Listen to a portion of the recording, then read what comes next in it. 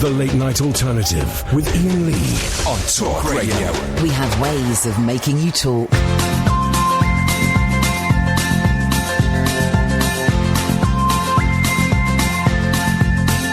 There's a voice that keeps on calling me. Down the road is where I'll always be. Every stop I make a new friend. Can't stay for long, just turn around and I'm gone again. Maybe tomorrow I'll wanna settle down. Until tomorrow I'll just keep moving on. Down this road that never seems to end. When new adventure lies just around the bend. So if you wanna join me for a while, just grab your hat, come travel light, that's hobo style. Maybe tomorrow I'll wanna settle down. Until tomorrow, the whole world is my home. So if you wanna join me for a while, just grab your hat, come travel light, that's hobo style. Maybe tomorrow I'll wanna settle down. Until tomorrow, I'll just keep moving on.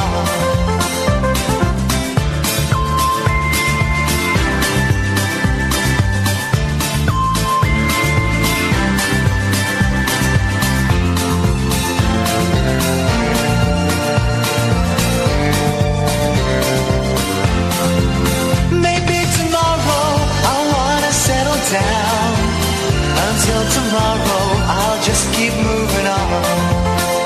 There's a world that's waiting to unfold, a brand new tale no one has ever told. We've journeyed far, but I know it won't be long. We're almost there and we paid our fare with a hobo song. Maybe tomorrow I'll want to settle down. Here we go. Until tomorrow, I'll just keep moving on. So if you wanna join me for a while, just grab your hat, come travel light, that's hobo style. Maybe tomorrow I'll find what I call home. Until tomorrow, you know I'm free to roll. Good evening, dear listener. This is Iain Lee. This is Talk Radio, the late night alternative. You can listen to us on DAB. You can, of course, download the Talk Radio app. You can listen online at talkradio.co.uk, and goddamn it, you can watch us as well. And there are 500 of you watching us at this very moment in time. If you go to periscope.tv/Iain Lee, and I spell Ian correctly, of course, IAINLEE. So those are many ways you can engage, indulge, and enjoy yourself. It's a phone-in show unlike any other. It's a vaguely psychedelic, slightly esoteric, left-of-centre, drop-in centre for the lost, the lonely, the bewildered, and let's be honest, sometimes the downright racist. If you want to take part in the show, the best way of doing it is by picking up your telephone and calling us. Don't worry, for most of you, it will be free. At the most, it will cost you some pennies. And here's the thing, guys. The call's on us. We call you back. We call you straight back. 0344 499 1000 is the telephone number. 0344 499 1000 is the telephone number. I'm joined as ever by my producer. Yep. And some may say a poor friend, Katherine Boyle. Good evening, Katherine. Some may say someone who shouldn't have left her computer open. Some may say someone who was going to the shops to buy food and then asked you if you wanted anything, you said no. No. I made. Should I say what you said you wanted? I made a Hoffman-esque joke. They don't sell those. And then I was sat there expectantly waiting. I said, "Did you go to the shops?" "Yes." "Did you get me anything?" No. No. I ate what I got. "I didn't get nothing for you, mate. I didn't get nothing for you, mate." And so I'm doing the show hungry. I'm doing the show hungry, some might say. Hang on a minute. Yep. You went for a pizza? With my children, yes. Yeah. Yeah. You didn't think about me? It was in Reading and you were in London. It was miles away. It would have taken I've got a car. Yeah, okay, right, fine. I'm going to do the show hungry, but do you know what? There are people hungry around the world, and I'm doing it for them tonight. 0344 499 1000 is the telephone number. I bought you a bag of crisps and a chocolate bar. Yeah, so. Doritos and a Mars. Yeah. 2 food groups right there. Yep, there's 2 food groups for you. 0344 499 1000 is the telephone number if you want to give us a call. Good evening, Wasim. Nope, hello. Wasim, hello. Hello, can you hear me? Yes, I can hear you, Wasim. Can you hear me? Yeah, I can hear you really well, mate. Beautiful, man. What you got for us? How's it going, mate? You alright? Yeah, I'm all right. I'm very achy today. Achy, but I think it's because I've been cramped up on an aeroplane for about 36 hours, and my 6'4" frame ain't what it used to be. So I'm a little bit stiff, not steady now. But I'm okay. I'm okay, Wasim. Basically, I'm okay. I'm hungry, but I'm fine. Oh, right, mate, that's good. Yeah, okay. He didn't really care, and you gave him too much information. He wasn't listening. He wanted I'm okay, mate, what you got for us? I'm sorry, Wasim. Yes, go on. I want to say, what do you want? I think the way you spoke about mental health on the show, it was really good. I mean, like, you spoke about suicide and stuff, and I think you should be proud of yourself, mate, seriously, because it was really upsetting to watch people bullying you the way that they were. Well, listen, here's the thing. I think one of the things we need to talk about more is getting you a decent mobile phone, but that to one side. Yeah. I have deliberately not used the word bullying, because my perception of it was that it wasn't bullying. I thought there was meanness. I thought there was a pack mentality. It's a cocky thing that you gave some guys who think that it's like the analogy that you used about people having a big willy and stuff. Yes. There was a lot of dick measuring going on. I call it bullying personally myself. Okay, well, basically trying that. Okay, I'm going to bully you about your terrible phone connection in a second. I don't know what, but you know, it's funny enough. I was just doing, and by the way, for those who don't know, I'm a celebrity for a few weeks. Yeah. I'm not going to talk about it, but if people want to phone in and ask questions, they will do. I've got other stuff to talk about tonight, but I am more than happy to answer any questions except for my fee. I will answer any questions about it, but I'm also aware that some people might go, oh, flipping it, he's going to bang on about it again. I've got other stuff to talk about, but if people phone up, I will answer their questions. Listen, I'm really pleased that a lot of people stuck up for me. I thought there was meanness. I thought I was... Hey, Katherine, I've been thinking, is ostracisation a word? It kind of feels 50-50, doesn't it? If you want, yeah. I felt that ostracisation was taking place. And there was meanness, and there was backstabbing and lying. But do you know what? I've spoken. Yeah, Katherine. It's a word. Hey, that's not bad, is it? I know English. But I've been speaking to Dennis on the text the last couple of days, and I had a nice, honest chat with Becky on the WhatsApp where we kind of put out cards on the table. Amir was the biggest disappointment, to be honest, because I thought we were mates. I think the person who I think was really annoying on there was Amir, personally myself. Yeah. He came across as full of himself, and to be fair, mate, he's not the most intelligent person. Oh, he's as thick as pig. It really is. But yeah, he is. I mean, I'm saying this as an Asian guy myself. I'm saying this. I'm saying it as a non-Asian guy. He's an idiot. But yes. But hang on, Wasim. Go on, Kath. In his defence, yes. Which I never thought I would say. Wow. This is someone who's been put into a boxing ring and not into a library since he was a little boy. Yeah. Do you know what I mean? So cut him some slack. I didn't. You don't have to go to a library to know that there's a woman prime minister. You don't go to a library to find out when your kids' birth dates are. He has been punched in the head a lot. Yeah, well, here's the thing. I thought we were mates. We were going to go to Pakistan together, and then I saw that he was just telling absolute lies. That's another reason I called you, mate. I wanted to ask you something. Yes. You know, because I'm from Birmingham myself. Okay. I remember hearing you on BBC WM a couple of years ago. Oh, yes. And you just sang this Indian song on there, which I was quite surprised at. Did you know that Indian song? It's my party piece. I'm prepared to do it. Here we go. Perdesi janana hai mujhe chole ke because it was my hit when I was in India because I worked in Pakistan. I worked in Pakistan for 3 months and I learnt some of the songs. Did you really work in Pakistan? Yeah, I did for 3 months. It was 20 years ago. Yeah. Bloody hell, whereabouts? I was in Karachi for most of it, and 2 weeks in Lahore, and then we went to all these tiny little villages sort of near Karachi and this stuff there. I loved it, I mean, to be honest with you, mate, I don't think Amir is the best person to take you to Pakistan. There's plenty of other people you can go with. Well, because I'd like to go... Here's the thing, right? I'd love to go back to Pakistan, because I loved it, and I made some really good friends, and there are some people I'd like to track down. But here's my completely honest thing. I'm scared to go there, because I don't want to get shot or blown up. Mate, but I'll be honest with you, it's not that bad as people think it is. Well, I know, I know, but I'm also aware that being a tall white bloke in Pakistan, at the moment, probably isn't the greatest idea. It depends where you go, mate, to be fair. If you go to the capital, they've got loads of white people there.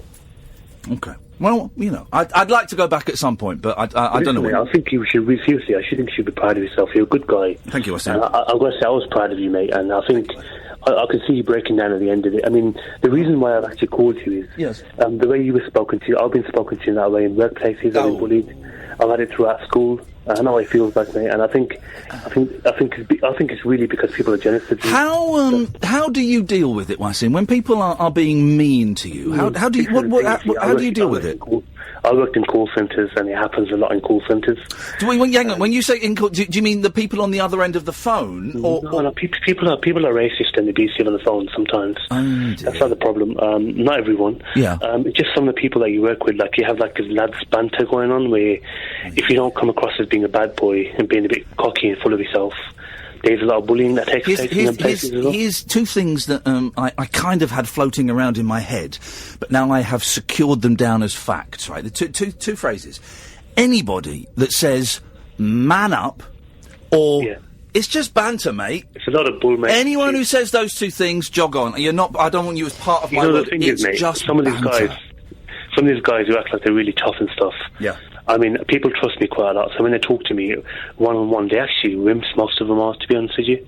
They're not really anywhere near as manly as they make out. Yeah. And talking about your emotions, there's nothing wrong with that. I mean, if we can prevent one person from committing suicide, it'll be worth it, mate. Oh, mate, listen, tell me about it. One person could be helped. Yeah, I know that we've had a couple of listeners to this show in the past 6 months. I've committed suicide. I don't think it's the show's fault. I just think it's one of those things. A couple of. I just want to put across as well, mate. Not all Asian guys are like Amir Khan. Oh God, no! Oh, mate, you don't even need to say that. You don't even need to say that because listen. I grew up. I got Dennis didn't accuse me of being a racist, but because I know all the swear words in Hindi and Urdu. Right? I know all the swear words, and I was. It's actually Punjabi, mate. Well, okay, you racist! Yes. I think everyone's racist, mate. I think I'm racist. But I know all the swear words, right? And Dennis said to me, he said, "How do you know all the swear words?" And I said, "Oh, I grew up in Slough." And Dennis went, "You can't say that." I said, well, no, I can, because I did grow up in Slough, and when I grew up in Slough, there was a huge Bangladeshi, Pakistani, Indian, big, and I used to go, my mates were mainly Pakistani and Indian, or a significant number, and I'd go around their house and watch, because they had Star TV, and we'd go and eat, and I'd learn all the swear words.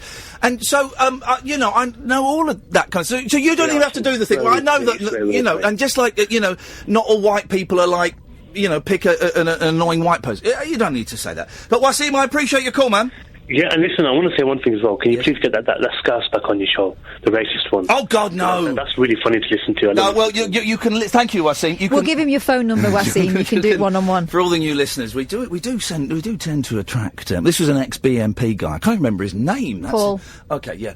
And he won't be coming back. 0344 499 1000 is the telephone number. Again, listen, I can understand why there might be a little bit of interest in what I've been in the last month. I'm not going to bang on about it, but if you've got questions, I will happily answer any question you've got, but I've also got a load of stuff to talk about, which we will introduce in a bit. This is the Late Night Alternative. I'm Iain Lee. This is Talk Radio. Uncut, after-hours conversation for the up-all-night generation. The Late Night Alternative with Iain Lee on Talk Radio. We'll get you talking.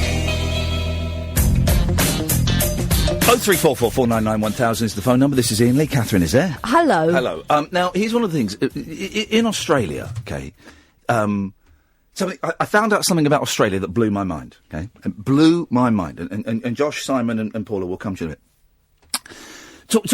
I had two chaperones for the first week and a half that I was there, separate times, because I wasn't allowed to go anywhere. One of the chaperones said to me, "Oh, what books do you like reading?" I said, "I like reading biographies and autobiographies, primarily about musicians." She said, "Oh, what was the last one you read?" And I said, "Oh, I read a book about Scott Walker." She went, "Who?" Oh. I said, "Oh, Scott Walker from the Walker Brothers." She went, "Who?" I said, "The sun ain't gonna shine anymore." She went, "Never heard of it." That song was not a hit in Australia. They've never heard. It wasn't just her. I tried it on someone else. They've never heard of the Walker Brothers or The Sun Ain't Gonna Shine Anymore. God. What the hell is that about? It's a cultural vacuum. Saying that, I don't know. I didn't see any of Australia. It's the second time I've been in Australia and and seen just hotel room. That's it.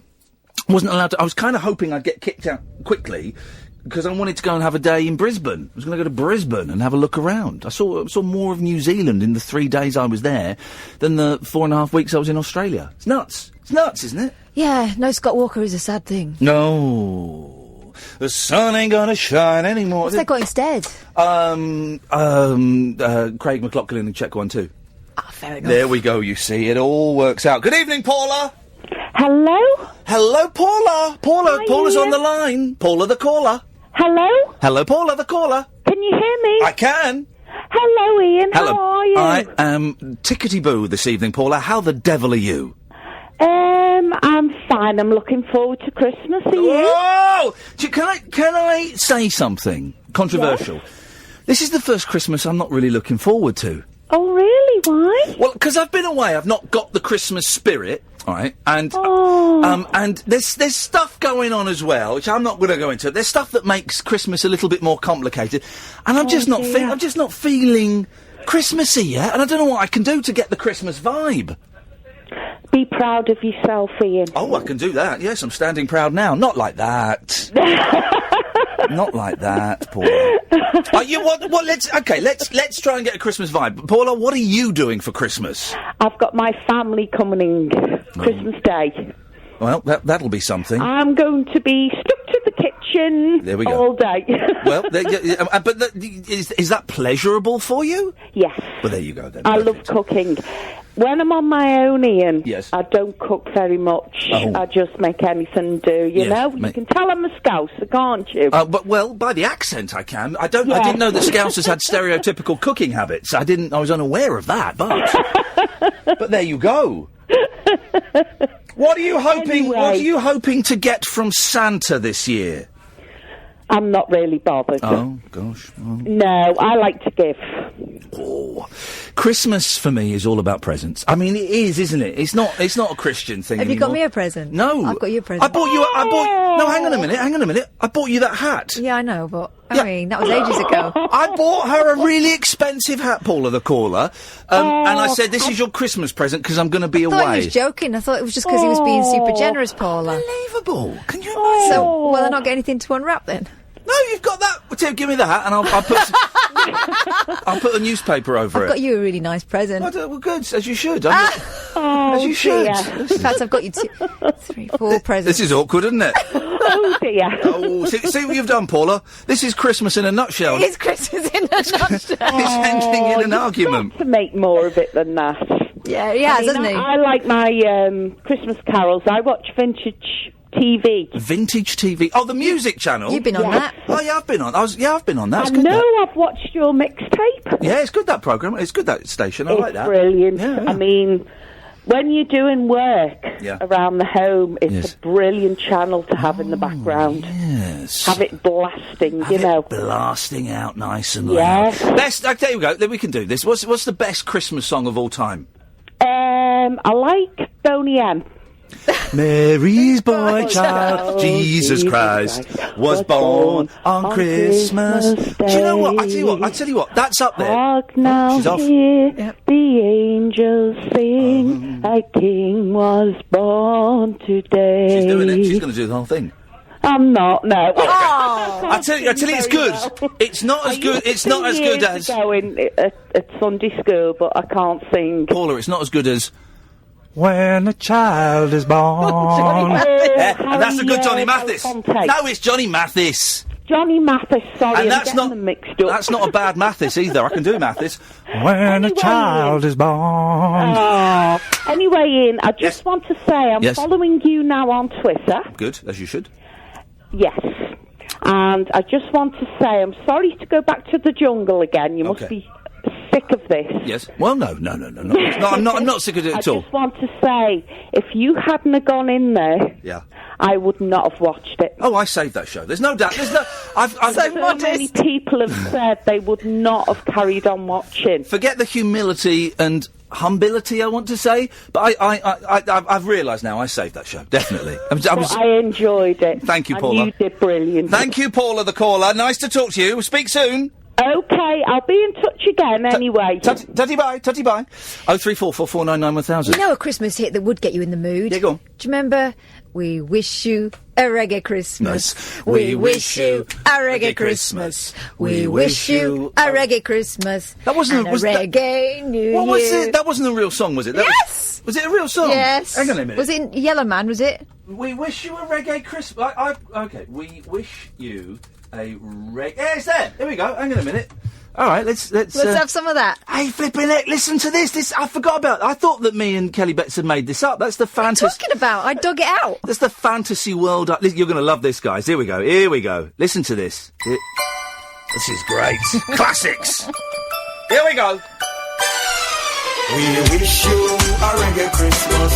We wish you a reggae Christmas. We wish you a reggae Christmas and a reggae New Year. Hear me now. We wish you a reggae Christmas.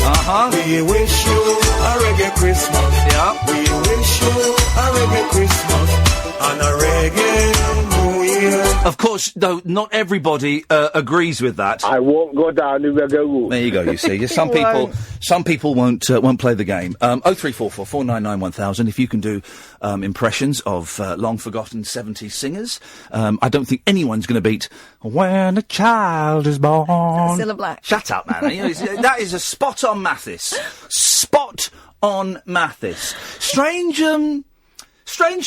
guy, Johnny Mathis. Strange. Why am I saying he's strange? Because he was massive, but this is Johnny what we'll Mathis. do. Massive. This is what we'll do. Right? And this might tell me if this is mean, because I don't want to be mean. Okay. Not at this time of year. No. I don't want to be mean. Okay. So what we're going to do is I'm formulating an idea in my head. Okay. Entertainers that are huge, but they're not all that. Now, is that mean? Is that mean? Entertainers that are huge, but they're not all that. Because I would put Johnny Mathis in there. He's huge, but he's not all that. I would put Val Doonican in there. He was massive, but he's not all that. Is that? I think we're just on the right side. Because we're not saying they're rubbish. Although we don't like them. No. Just saying. I like Johnny Mathis. Not all that. I think we can get away with that. I think that's the right side of mean. Right side of mean. I've got to be so careful now because the newspapers are now listening to this show, monitoring the frequencies. Kids are listening to this show. I told you, right? You just slammed Mathis. The 15-year-olds are going, I'm switching this off. He's slagging Mathis off. I took my boys to the pantomime today to see Peter Pan starring Mr. Tumble at the Reading Hexagon, right? You sign expensive. And I got there and there was a big school party going in. And so we kind of joined the flow of school children, and one bloke went, "It's Iain!" And I was thinking, oh, wow. Have you also noticed it's not Iain Lee anymore? It's Iain. It's Iain. Yeah, I know it's Iain, because they don't say the surname, do they, on Celebrity? No, isn't it funny? This guy went, "It's Iain!" I was like, all right, mate. And then there were 190 of them, and I know, because I spoke to their teacher during the interval, and they all turned round and went, on the stairs going, I went, all right, guys. And then a kid got out his phone and said, can I have a selfie? I went, yeah, of course. Then suddenly 189 phones popped out. And I went, all right, guys, listen, come and get me in the interval and we'll do pictures in the interval. But let's just, because I thought, well, they'll forget. And then we sat down and they were kind of sat in the next block.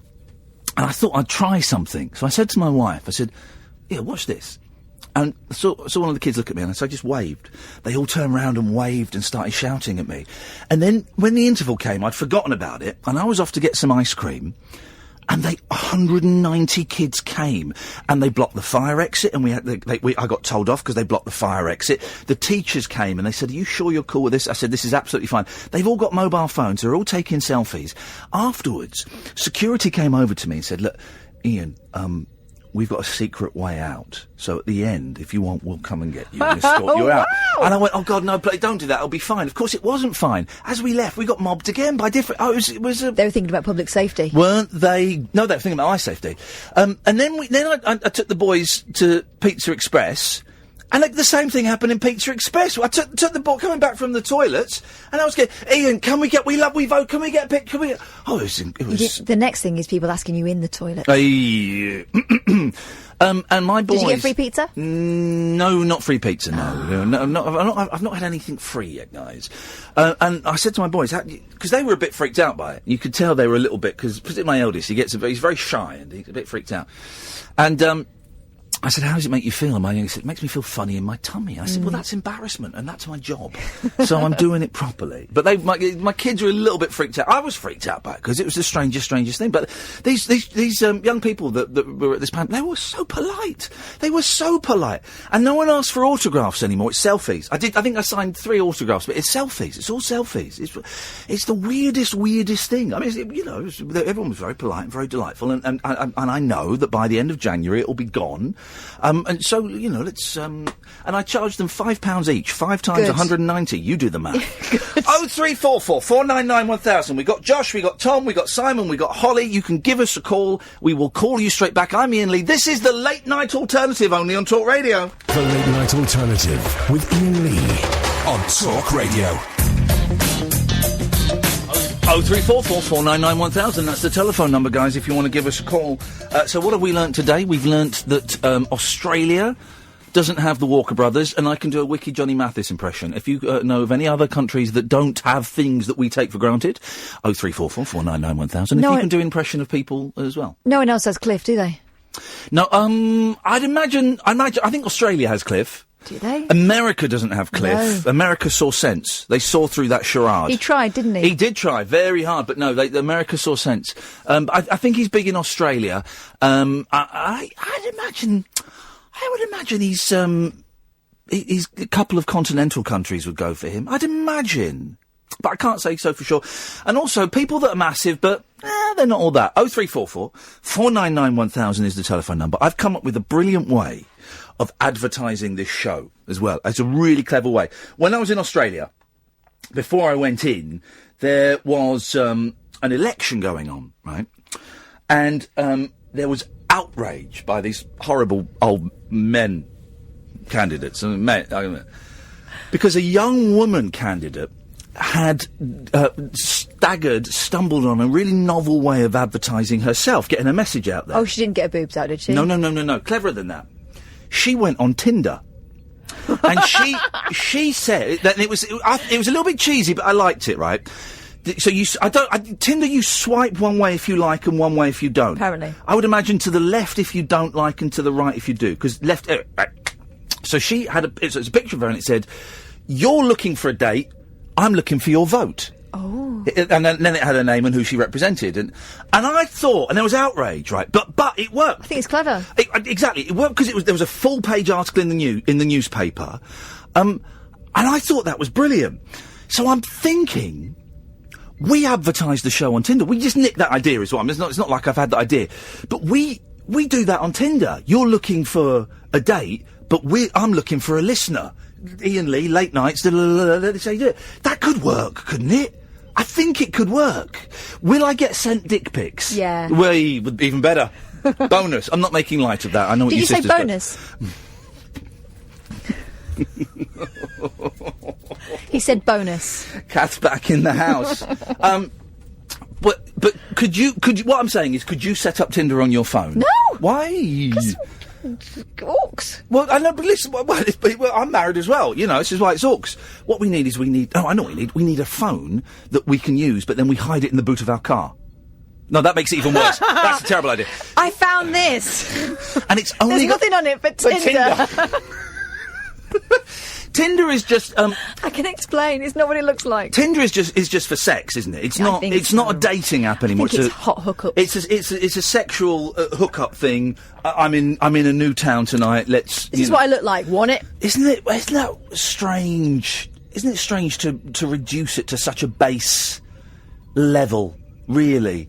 Is it any different from going to a club? One of the things in the hotel, I watched a lot of movies in the hotel. Some were free and some were $17.95. What? Yeah, I know. But I don't know what that is. It's Australian dollars. I don't know what that means in English money. I literally know. It was so wonderful being in a country and having no idea what the exchange rate was and just giving this pretend money away. But they had adult movies, and the adult movies were $18.95, right? And I was thinking, well, who? Back in the day, 20 years ago, I could understand why. Well, actually, I can't, right? Why in a hotel room situation, and there's several, but why is pornography available in a hotel so easily? Right, 20 years ago, you used to get the first 3 minutes free, and then it would say, if you want to continue, pay. You go, no, 2 left, done. Oh my God! Saved a fortune.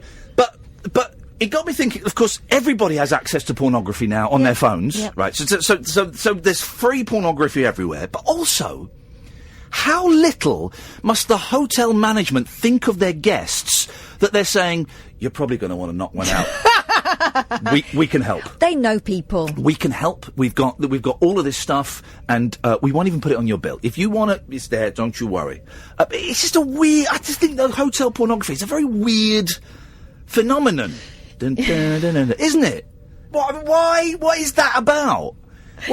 You know the joke about the vicar that goes into the hotel? No, I don't. You know I love jokes, Catherine. He books into the hotel, and yes. the gentleman behind the reception says, can I get you a wake-up call? Yes, please. I'd like a wake-up call at 6:30. Yeah. Can I get you a newspaper? Yes, please. I'll take the Sunday Times. Yep. Would you like your porn disabled? No, thanks. I'll take the regular kind. Yay! 0344 499 1000 is the telephone number. Good evening, Josh. Hello, Josh. What you got for us? I've got a jungle question. Yes, sir. Away you go. Okay, so out of all the cat mates, which one would you like to spend Christmas with?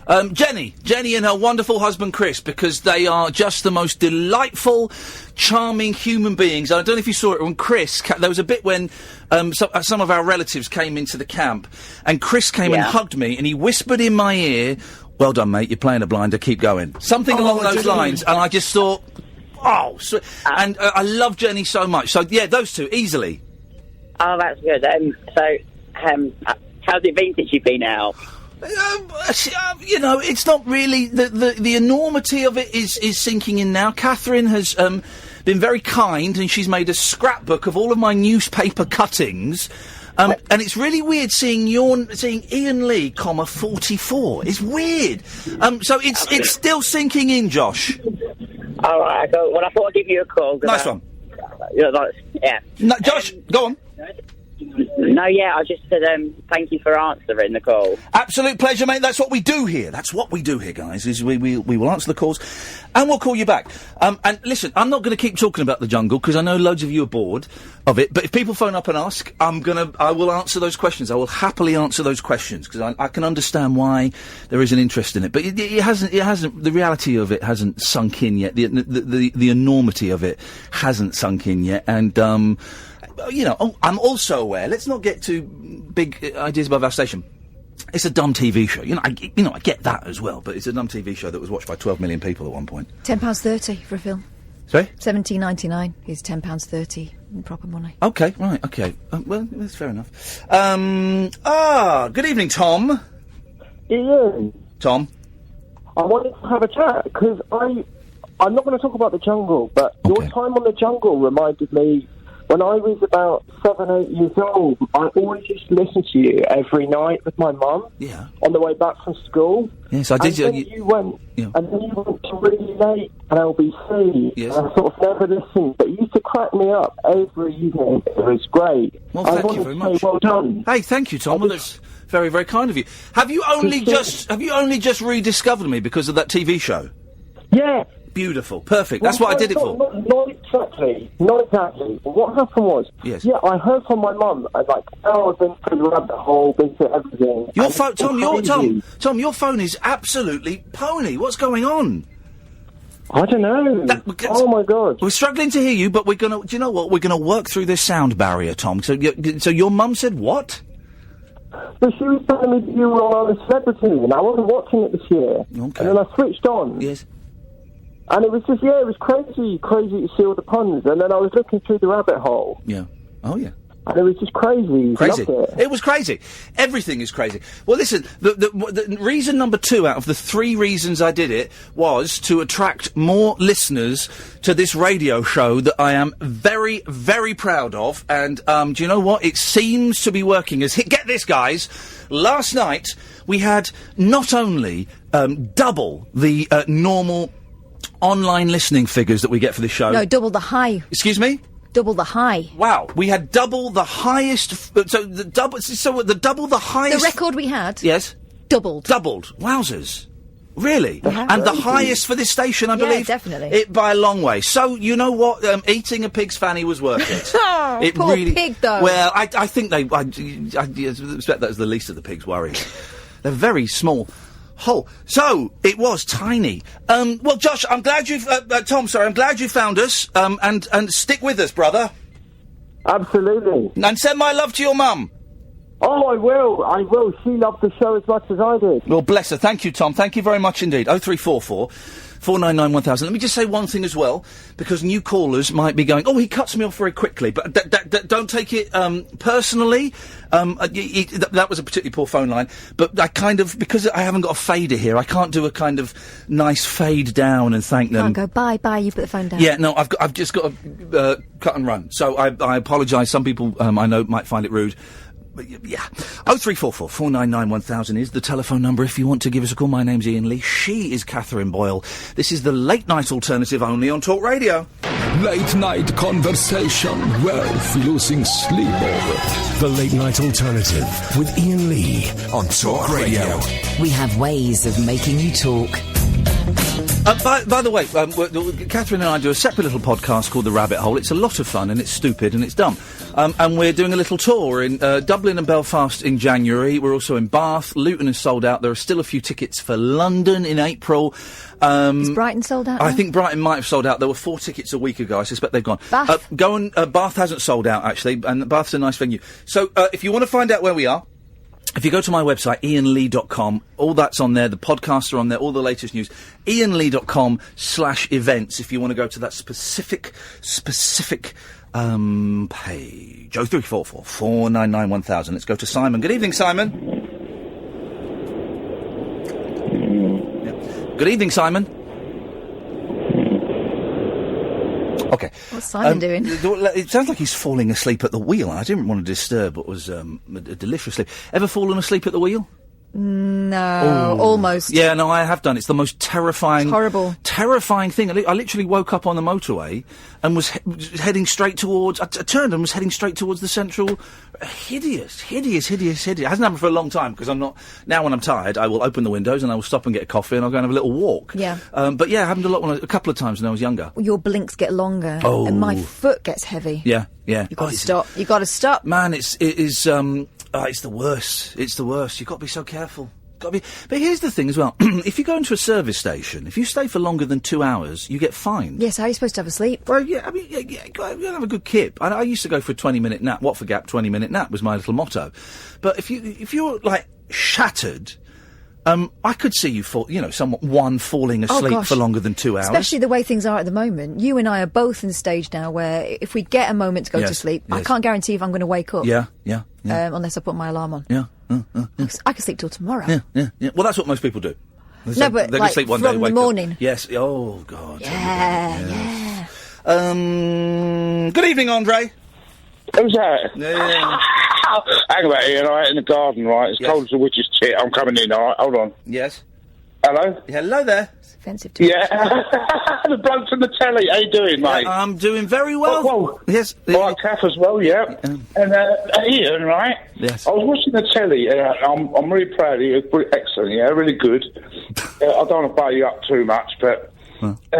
someone said, you don't... Oh, no, I know that bloke. Huh? Well, you don't. I said, actually, and I said, back in the day, I played football with him. Yes, that's true. We had a lunchtime... We had a little game, didn't we? Yeah, I'm going to speak now. We had a lunchtime game of football... Okay, thank you. We had a lunchtime game of football for some of the listeners at another radio station, and Andre turned up with an open bottle of wine and was swigging from it.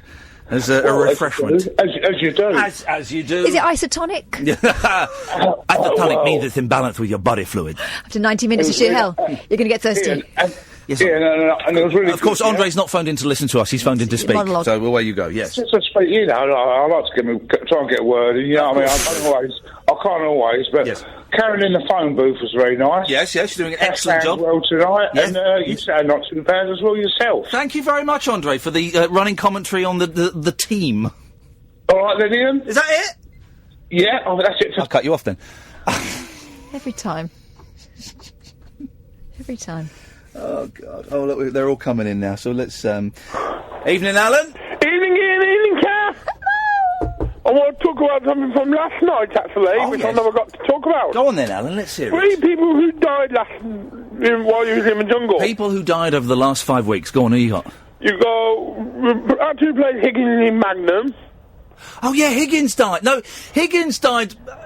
I was aware that Higgins had died, but OK, yeah, Higgins died. Yeah. Keith Barron. Shut the front hapless door. holidaymaker Keith Barron. No. And Professor Heinz Wolf. Well, hang on No, whoa, Alan, what are you doing to me? Heinz Wolf. You were out when he died. Well, who died? Heinz Wolf. Well, I didn't know about a couple of days ago. Heinz Wolf and Keith Barron have died. Keith Barron's died. I used to... On duty free. I know where he's from, mate. I'm not... Yeah. What did he die of? Natural causes. Well, that's what they say. Short of breath. How old was he? 68? 85. Sorry? 85. Shut up. Keith Barron was not 85 years old. Yeah. No, he wasn't. That is nonsense. Kath, go to the computer. Keith Barron... I think he's right. Keith Barron was not 85 years old. I am not having that periscope. Keith Barron, 85? Yeah. No, 68. Let's have a look. Hang on. We're Googling it. Google it. We're Googling it.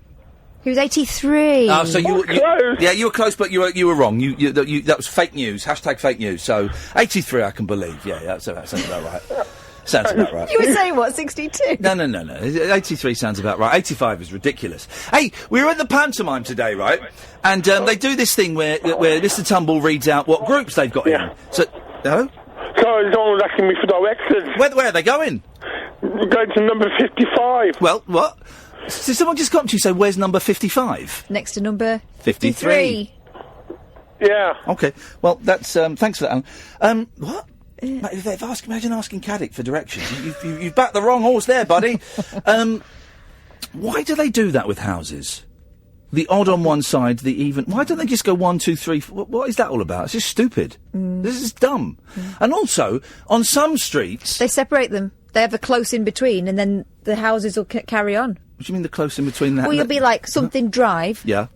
And then, like, the corner will turn into something close. Yeah, 'cause you go into a different street. Cul-de-sac, if you will. Yeah. Yeah, cul-de-sac. Yeah, no. And then... You don't say cul-de-sac with a French accent. Cul-de-sac. No, you don't. Why would you say... Pourquoi pas? Oh, yeah. Right, yeah. So it's a different... No, it's a different street. No, then it carries on after the cul-de-sac. Why are you not saying cul-de-sac? Why do we call it a cul-de-sac? No, end of a bag. Well, yes, stupid, doesn't sound very nice in English, does it? A close. But yeah, but that's a different street. No, but then it carries on and the drive, like... Yeah, so yeah, but you might have a house on the corner, Yeah. which is technically still on the drive, but it's on the close, and then it's all depends where the front confusing. door is. You've got to look for the front door. So it's not confusing. That's simple. But people have extensions now, and they whack the door elsewhere. Well, here's the thing, right? One I don't like is on some streets, you'll have like number 52, 54, 56, and so you think, oh, on the other side it'll be 53, but it's not. It's like 200 and 207. What? How's that work? Hey, speaking of front doors, Yes. guess what I found on my doorstep this morning? Let me have a little think. I could probably work this out. Was it a bag of dog poo on fire? No, I found that and put it out. Okay. Was it? Thanks, by the way. Find on your front door. Oh, a used Johnny. No. Oh, I got it. Sorry, I put it at the wrong house. I apologise to your neighbours. Go on then. My doorbell. Really? Yeah, What I happened? think. Well, I'm assuming one of the many delivery men that's calling at the moment. Yes. Had a go on it. Oh. Maybe too roughly. Yeah. Came off. Yeah. So he did what? It came off. Okay, the door. And he put it on my front doorstep and he fell over it. Wouldn't you think the more polite thing to do would be to post it through the letterbox? You would think, wouldn't you, that the polite thing to do would be to Maybe not my doorbell. No. Treat my doorbell a bit more gently. Well, this is the thing. This is the thing. This is why, in the great debate, I always say... Knockers are better. I always say it. I've got a knocker, they never use it. Well, you've got two, and they're fantastic. 0344. That is Hoffman. It's just banter. Man up! 0344 499 1000. Here's the king of banter. It's the show's very own resident psychic. It's David Badcock. Paranormal investigator. Thank you very much indeed. Bantosaurus Rex. Hey, what you got for us, Dave? Big Dave? What's happening in the world of ghosts and ghoulies? I've got some bad news, but first of all, why is Kathleen having a lot of delivery drivers coming round to her house? I don't know whether you've noticed, it's nearly Christmas. Oh, sorry, my bad. If your doorbell on your front has gone, do you get them to come round the back? Oh. Do you not? Does that not? Have I crossed the line there? They could, but it's a bit cluttered back there, so I'd rather. There. Oh dear. Okay, that's the sound of all the new listeners switching off. Well, empty wine bottles, bins. Wowzers. Gosh. Anyway, David, what have you got for us on this fine evening? I've got bad news. Oh, go on. What's that, mate? My charlatan of a manager, Frank Belushi, has left the country and he's not returning my calls. Uh-oh. Well, that's a shame. How long ago did he leave? It was, what day is it today? Tuesday. 2 days ago. Okay, fine. Sunday. Well, it's only 2 days. I mean, had he been getting you much work? I've not seen you on the television or read about you in the papers. Was he any good as a manager? He secured me quite a lucrative sponsorship deal by Sherbet Fountain. Okay, right, yes. And how much did you get for that? A couple of boxes of sherbet fountain. Okay, right. Okay, well, I could do with some sherbet right now. They're really sweet. Well, yeah, I know sherbet. It's making my mouth water. Do kids even eat sherbet these days? I'm going now. I'm juicing up. I'm not allowed near children. Okay. So what you... Listening, yes, if Frank's listening, yes. I've got a special message for him. Yes. Frank, you charlatan, come back with my money. You can't run for all. I've done this eternity. Shove it up yours. Okay, thanks very much indeed. Strong words. A little bit. And for the first time this evening, we have no calls on the switchboard. That's how the show works, dear listener. 0344 499 1000 is the telephone number. If you want to give us a call, what have we talked about so far? What don't they have in Australia? The Walker Brothers. People that are massive, but they're not all that. Johnny Mathis, Val Doonican, to name but two.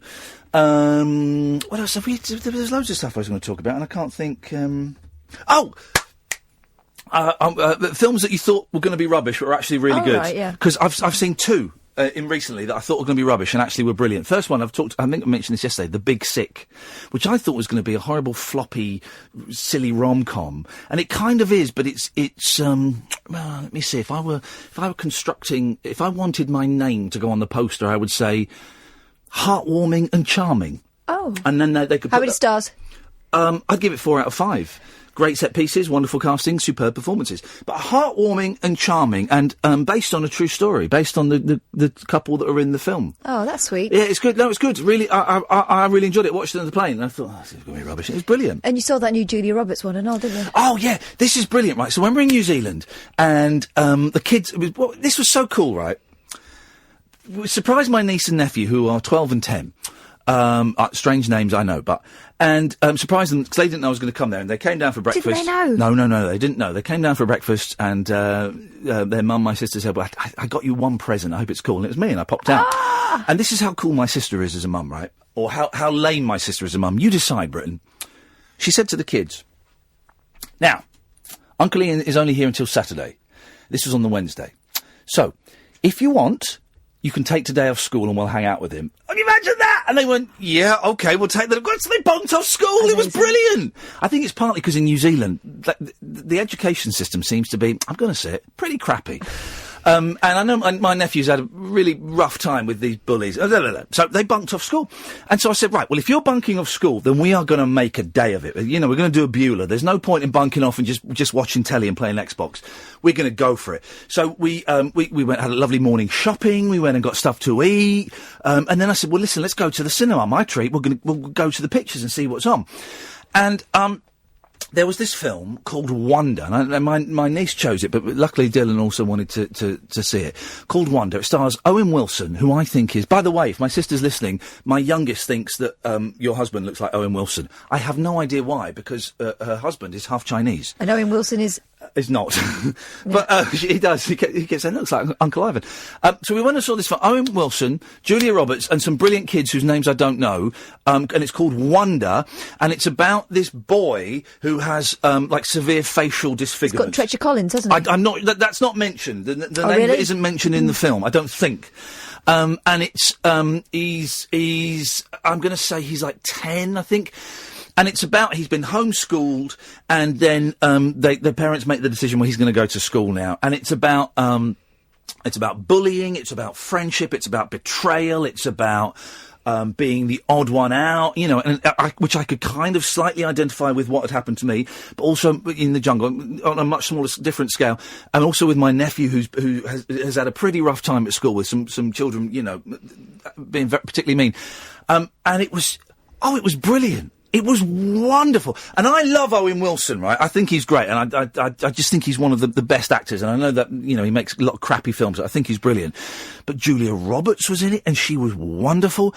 And all of the kids in it were incredible. And it was done so well. And it could have been really heavy-handed and ham-fisted and worthy. It could have been so worthy. And it wasn't. It was brilliant. It was funny. It was sad. My niece was, you know, she held my hand a bit because she was getting a little bit teary. I was getting a little bit teary. And it was I'd never even heard of this film. Now, bearing in mind that, the films in New Zealand, they're about 3 months behind the films over here. I mean, way, way behind. So maybe it must have come out here in the summer or something. And it was too old for my boys, and it's not the kind of thing my boys would have liked. So I would have been blind to it in the listings, you know. As you look for all the Marvel films and all of that stuff, I would have been blind to it. I think your eldest might like it, yeah. Because I think she might like it. I just thought it was incredible, and I thought it was going to be a load of old guff, and I thought, I'll sit through this because I'm having a nice day with my niece and nephew, and I was blown away. I couldn't stop thinking about this film for days afterwards. It made such an impression. So yeah, that's my recommendation. But also, if you've got films that you thought weren't going to be very good, or TV programmes or books that you thought weren't going to be very good, and then they completely surprised you, we'll have some of that. Oh, and speaking of which, we got the Kung Fu Elliot guys coming on tomorrow. Oh, brilliant. At midnight, and we're going to give away some DVDs and Blu-rays. New listeners, I tell you what I'll do, this will take a bit of a setup, and we need more time, so I'll do it after 11 o'clock.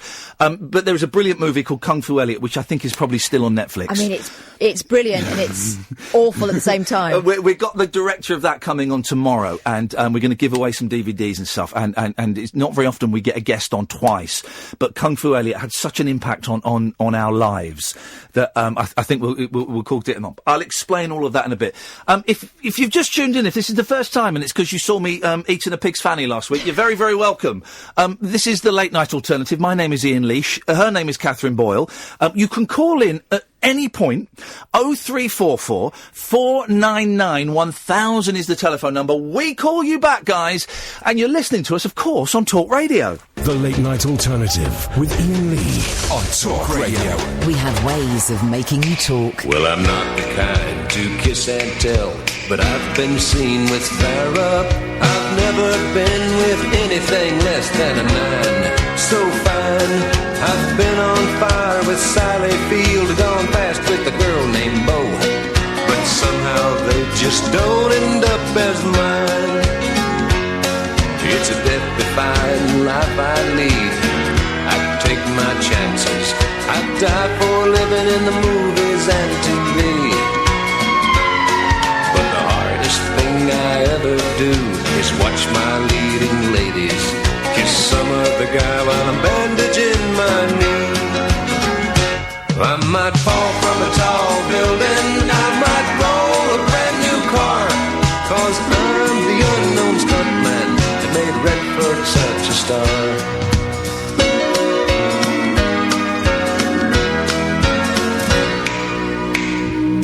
I've never spent much time in school, but I taught ladies plenty.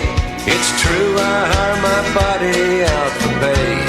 Hey, I've gotten burned over Cheryl Teague's, blown up for Raquel Welch. But when I wind up in the hay, it's only hay. Hey, I might jump an open drawbridge or Tarzan from a vine, 'cause I'm the unknown stuntman that makes Eastwood look so fine.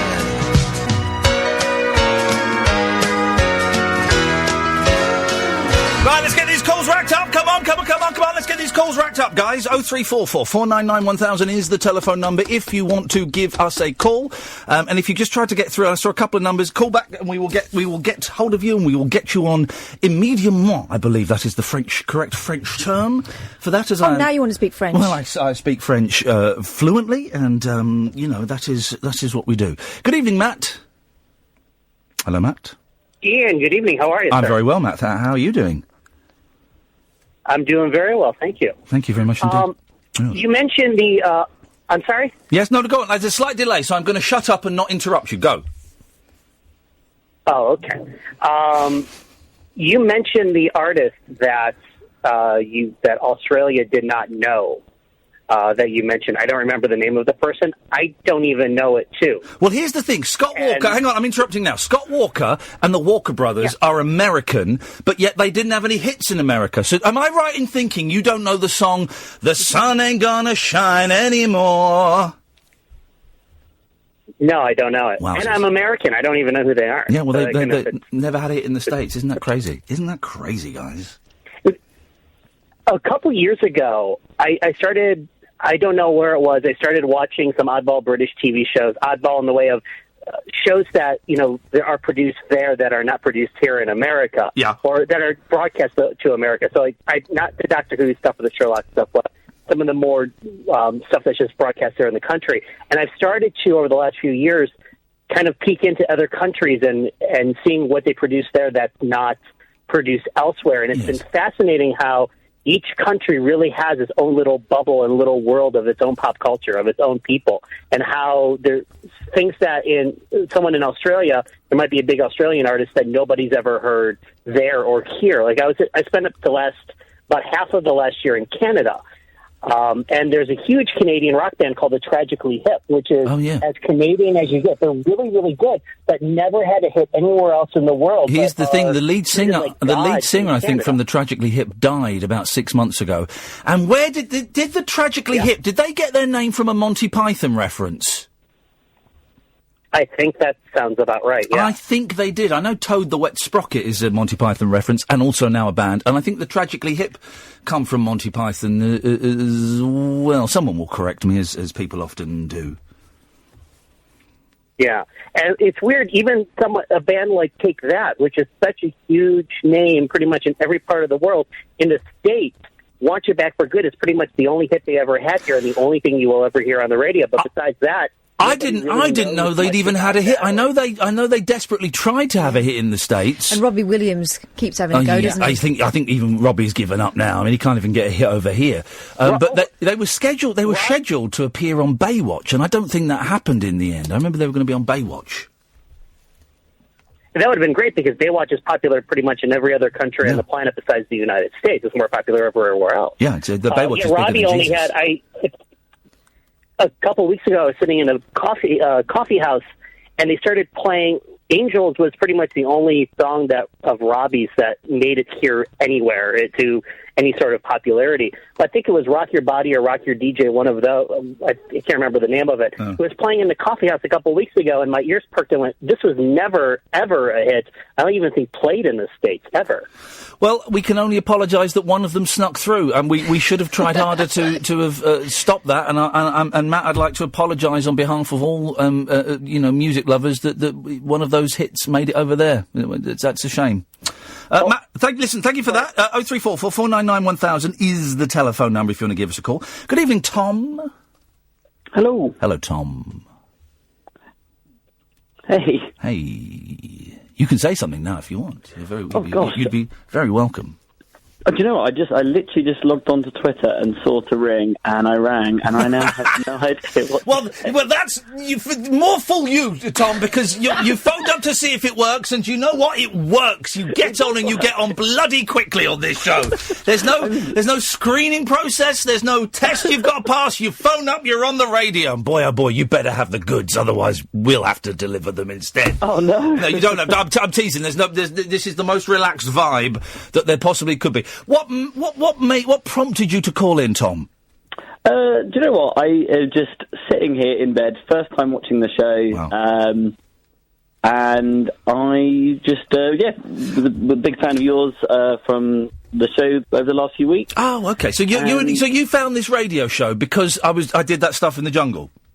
Yeah, Perfect. I did. So I guess it paid off. No, it did. Well, listen, that was reason 2 out of the 3 reasons that I did it, and I'm so thrilled. Right, okay, so you never did. Okay, let's have an honest chat, and I really would respect some honest answers. So you've never listened to me on the radio before? No. Okay. And when you saw me on The Jungle, had you even heard of me before? I had briefly. I think my parents used to watch some shows of yours. That's how old I am. That is brilliant. Oh, mate. So you hadn't seen me. You hadn't seen me. You didn't really know a lot about me. No, but you completely sort of won me over. I'm sure you've heard that a million times over. Well, yeah, I have, and it's really surprising. Well, it shouldn't be. I think you came across very admirable. I think you were a lot of fun, and I think you really gave the show. I don't normally watch the show, but you made it very fun, and I thought you were really great. Oh, mate, listen, honestly, thank you so much, because I hope this doesn't sound like insincere hogwash. Katherine knows it isn't. But to think that people liked me in there, when I've got, self-loathing issues, to think that people like me is incredible, so thank you. But then to think that people then, like yourself, have then made the effort to, I don't know, I'm guessing you follow me on Twitter, and you've seen that I do a radio show, and then to make the connection, right, I'm going to listen to it and see what, I'm kind of speechless, which is unusual for me, and also not particularly good for a radio show, so I need to fix that, but rare. thank you. No, I think it's rare with those shows that actually, I've watched stuff like that in the past, and you are a very rare case where I've actually gone, I like this guy enough to seek him out post-show, because I think some people are great on the show and you go, that was a good 3 weeks entertainment, but actually, big fan. Here's the thing, I'm wondering when it's the right time to tell the audience that one of my hobbies is strangling kittens, because... Because it is. I love it. I did 2 today. And, I'm teasing, of course. Although I did once stove a cat's head in with a brick. Okay, that's a story for another day. That's a true story, but that is a story for another day. No, I know. It was a blessed release. It was a mercy killing, but anyway, I've lost a lot of listeners. Anyway, it was in Spain. It doesn't make it any better. I had to do it. Stop talking about the kitten. But, oh, Tom. Well, listen. We have done. Well, listen, mate. I'm genuinely I'm thrilled you've called in and you've said that, and it's really flattering. And I hope you stick with the show, because here's the thing, right? Yeah. For some people, it takes about 3 or 4 shows for the show to click, and some people listen and go, nah, it's not for me. And if you're one of those people going, I don't quite get it, please give it till the end of the week. And if at the end of Friday's show. Not necessarily speaking to you, Tom, but to the others as well. If at the end of Friday's show you've not got it, then that's fine, and you probably won't. It takes about 3 or 4 for it kind of to work. But quite often people go, well, but nothing happened. Yeah, that's it. There are no topics. There are no because Tom, I'm a big radio geek. I love listening to radio, but one of my bugbears, Tom, is a lot of phone-in shows. They're always 3 hours long. And the host will come in and go, right, well, we're starting at 10 o'clock, and for the first hour, I want to know, do you think we have too many immigrants in the country? Give us a call now. And if anyone deviates from that, they'll say, no, can I bring you back to the question? Then it'll get to 11 o'clock, and they'll go, well, we finished that. Now I want to know, do you think Trump is bad for the world? And I always compare this show, Tom, as... to like you're meeting your mates for a coffee or for lunch. You don't meet your mates at 12 o'clock and go, okay, right, well, I thought for the first hour we could talk about Brexit. And here's the agenda. Well, yeah, exactly. You just have a chat and you might go, oh, I had a big argument with my mum today and she really annoyed me. And someone will chip in and go, yeah, but actually, you know what, Tom? I think she was right about that. And someone will go, well, forget your mum, because I was driving in and I saw Eric Clapton. And that's how conversations go. And that's what I'm trying to do with this nonsense. So what's your favourite ice cream? Oh, I know what the answer is to that. Go on, what is my favourite? You like those ones that like sandwiches. I like those, the Ben and Jerry's sandwiches. Switch. And here's a weird thing about me. I'm not bothered about ice cream. Kath don't like ice cream, Tom. I'm not bothered. What? And here's another thing, right? My boys prefer iced lollies over ice cream. I never wanted an iced lolly. No, it's just frozen water. It is. What's your favourite ice cream? I'm a big fan of those sandwich ones as well. Oh, or like, have you had the Oreo one? Yeah. Yeah. And the thing is, you can eat 3 of those in a row, and they won't even touch the sides because they're so soft and squidgy. Yeah, absolutely. Here's the thing. Like eating nothing. Here we go. Made up ice creams, right? And this is a real thing. I remember it from a kid, and I've seen it on ice cream vans this summer, right? A Popeye. Do you know what a Popeye is? Is that the one that's like a screwball with a? No, oh, that's a screwball. No, it's a screwball. Do you know what a Popeye is, Tom? No, I don't think it's nuts. So it's a cone It's with the Mr. Whippy ice cream in, and then an iced lolly stuck in the top. Whoa, there's no need for that. Oh, yeah, the rocket lolly. Well, yeah, I've seen it with just your normal lolly, but they stick a lolly in an ice cream. That's just dumb, isn't it? It's meant, it's excessive. My favourite when I was a kid was the screwball, and my mum's favourite, and I don't know if you get them anymore, the oyster. Yeah, that's my mum's favourite. Isn't it? I think it's a mum's thing. I think it's, she'd always, when Mr. Softy would come round, she'd always get an oyster. But isn't that old school what you like? It's a sandwich thing, isn't it? Well, I suppose so, but done in the style of an oyster. Reinventing it. I think there are kids now going, what the hell is this? Seriously, give it till Friday, because this is more like the show. There are kids thinking, what the hell is this? And there are a whole load of other people going, oh, I really fancy one of those ice creams. creams. A load of mums going, oh, God, I really fancy an oyster. Tom, listen, thank you for listening and thank you for calling in, mate. I really appreciate it. My pleasure. Cheers, Madis. Ta-ta. Oh, look at this. Brilliant. And that was a man who didn't know what to say. I know, exactly. So you don't have to have anything to say. That's our job. Look at this. We're going to take a break, and then we've got Tammy, who's 16 years old, and we've got Ellie, who's 15 years old, calling in. This is wonderful. James and Connor, you're going to have to wait, because we've got two young women who want to come on, and they've been waiting for a while, and they're far more important. 0344... 499-1000 is the phone number. We call you back, and you saw there with Tom. You don't have to have anything to say. If you just want to phone up and say hello and say I've never listened before, beautiful. If you want to phone up and say I've been listening for ages and I've never, whatever, you call in and we'll do the hard work. My name is Iain Lee. This is the Late Night Alternative on Talk Radio. The Late Night Alternative with Iain Lee on Talk Radio. We'll get you talking. 03444991000 is the telephone number. You don't have to have anything, exciting to say, or maybe.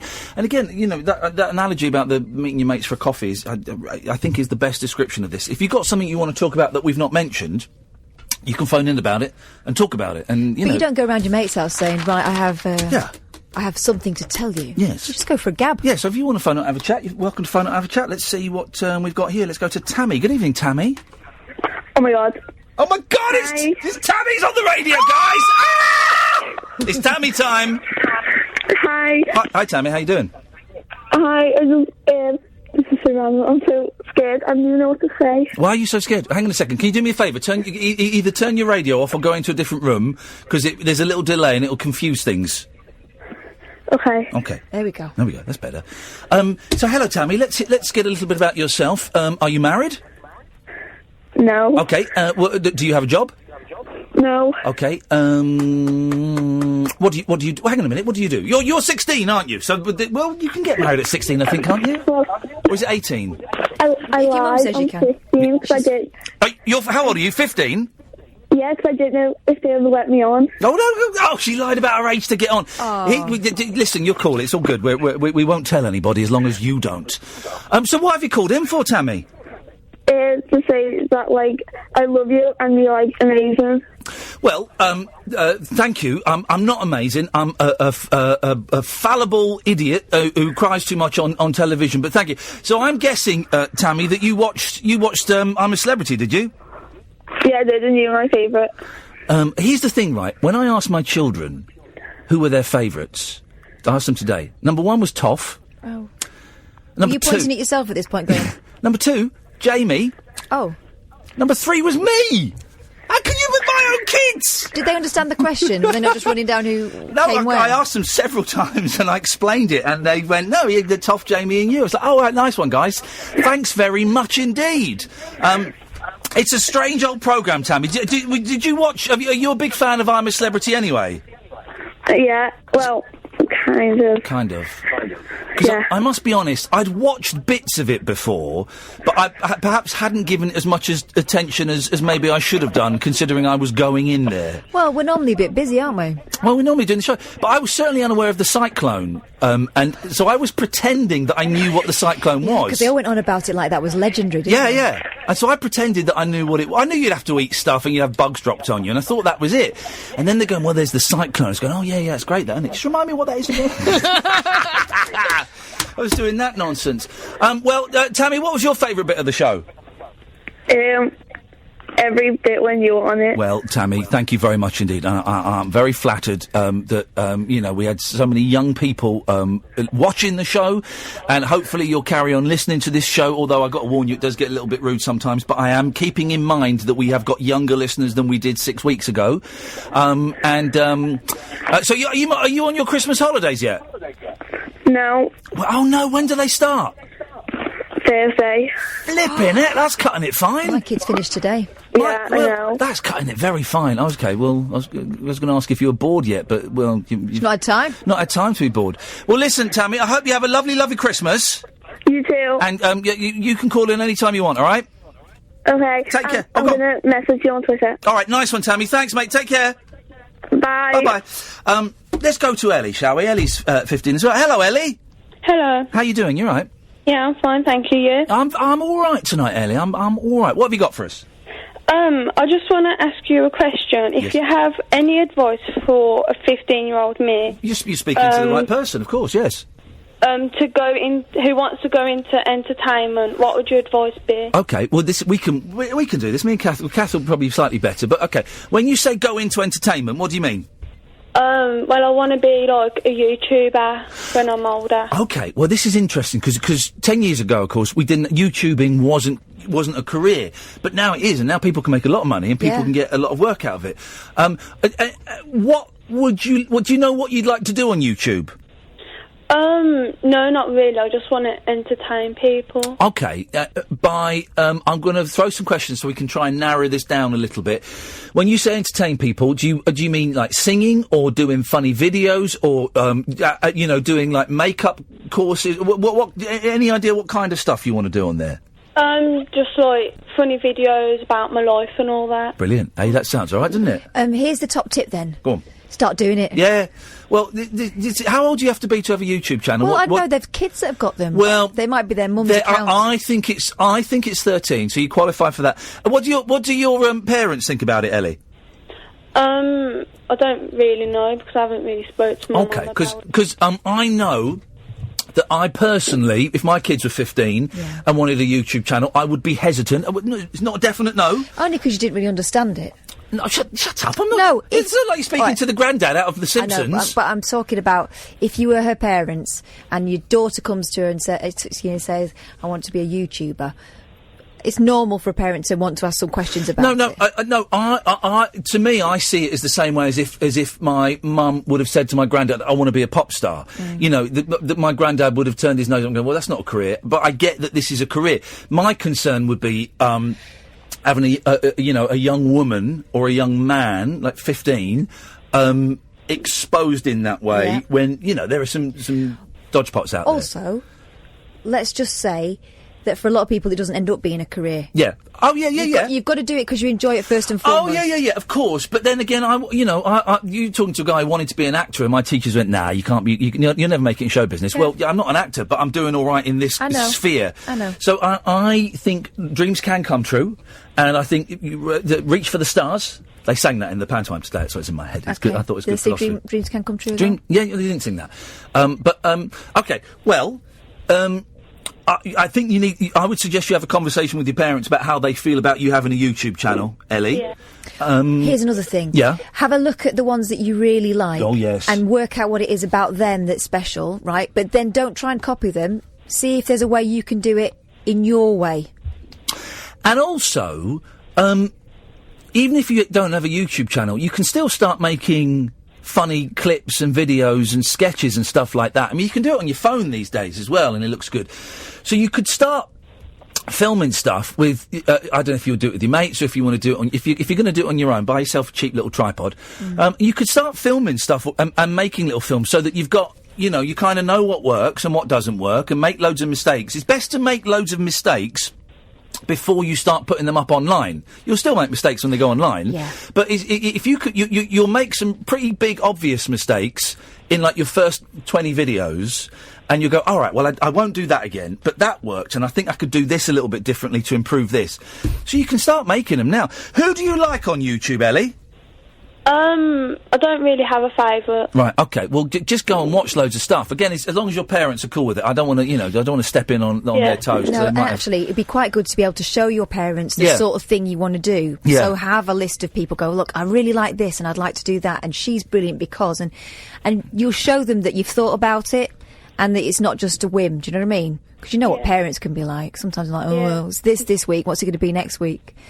But, have a go. I think it's brilliant these days that you've got that outlet. When we were growing up, we used to record things on our tape recorders. I had a radio station in my bedroom, me and my sister, but it never went anywhere further. But now this technology is so easy to use, you can broadcast to loads and loads of people. But I think Ian's right in that you need to talk to your mum and dad first. Yeah, definitely. I'm aware that you are a 15-year-old young lady, and I don't want to get in the way of parental things. But also you've just film stuff, Ellie. Go and film stuff. Go if you've got a phone. I'm assuming because all these young people, these kids at the pantomime have had a phone. Go and film stuff and see if you can make you and your mates laugh. And the editing technology is dead easy to use these days as well. And there's loads of tutorials, so you can crack on, have a go. You can do it, Ellie. Thank you. Give us a call back in a while and let us know how you're getting on. I'm a celebrity as well. Say that again. Sorry. You should have won I'm a Celebrity. Well, I think, listen, the right person won, and I'm really pleased that Toff won, because I think it's going to do the world of good. But you're very kind for saying that. Give us a call soon, Ellie, and let us know how you're getting on. Hi, thank you. Thanks, mate. Bye-bye. There we go. God, imagine if there'd been YouTube when we were kids. Oh, God. I mean, it's... but I get that people see it as a career, and I get it. And why not? And I get that people want to be a pop star. They don't want to be pop stars now, but things can happen. I'm doing this. Oh, absolutely. Someone's got to do it. It's a job for someone. Yeah. So have a go. I remember when I first started out in radio, a friend of mine said, "Oh, you'll never get on the radio with that accent." Here we go. Look at me now. Kate Lawler's tweeted. Oh, yeah. I'm so glad Iain Lee's back from Oz and on the radio again. Thank you, Kate. But I'm devastated after he revealed last night he missed out on second place by 0.09%. That's a fact. I'll never forgive myself for being out and not voting for him. It was you. And then Danny Wallace has tweeted, "My son voted, so my son is better than you, Kate." And he is. Danny's son is better than Kate Lawler. I stand by that 110%. Let's go to Connor. Evening, Connor. Hello. Hello, mate. How you doing? Yeah, I'm great, thank you. I can't believe I got through. How are you, man? Yeah, I'm very, very well. Honestly, this is the thing. I know lots of people phoning in going, well, I'll give it a try, but it can't be that simple. It really, really is. You phone up, you speak to the wonderful team, and we call you back, and you come on. There's no audition, there's no, what do you want to talk to Ian about? You just come on, and that's it, and we just have a chat. It's crazy, man. I love it. It's ridiculous. Cool. I should just say, you've just reminded me. Let me just say, for those people that want to phone in and swear or be racist or incite hatred, we have a 7-second delay, Connor. Do you know what that means? I can guess, yeah. What it means is that what we're saying now doesn't get broadcast until 7 seconds later.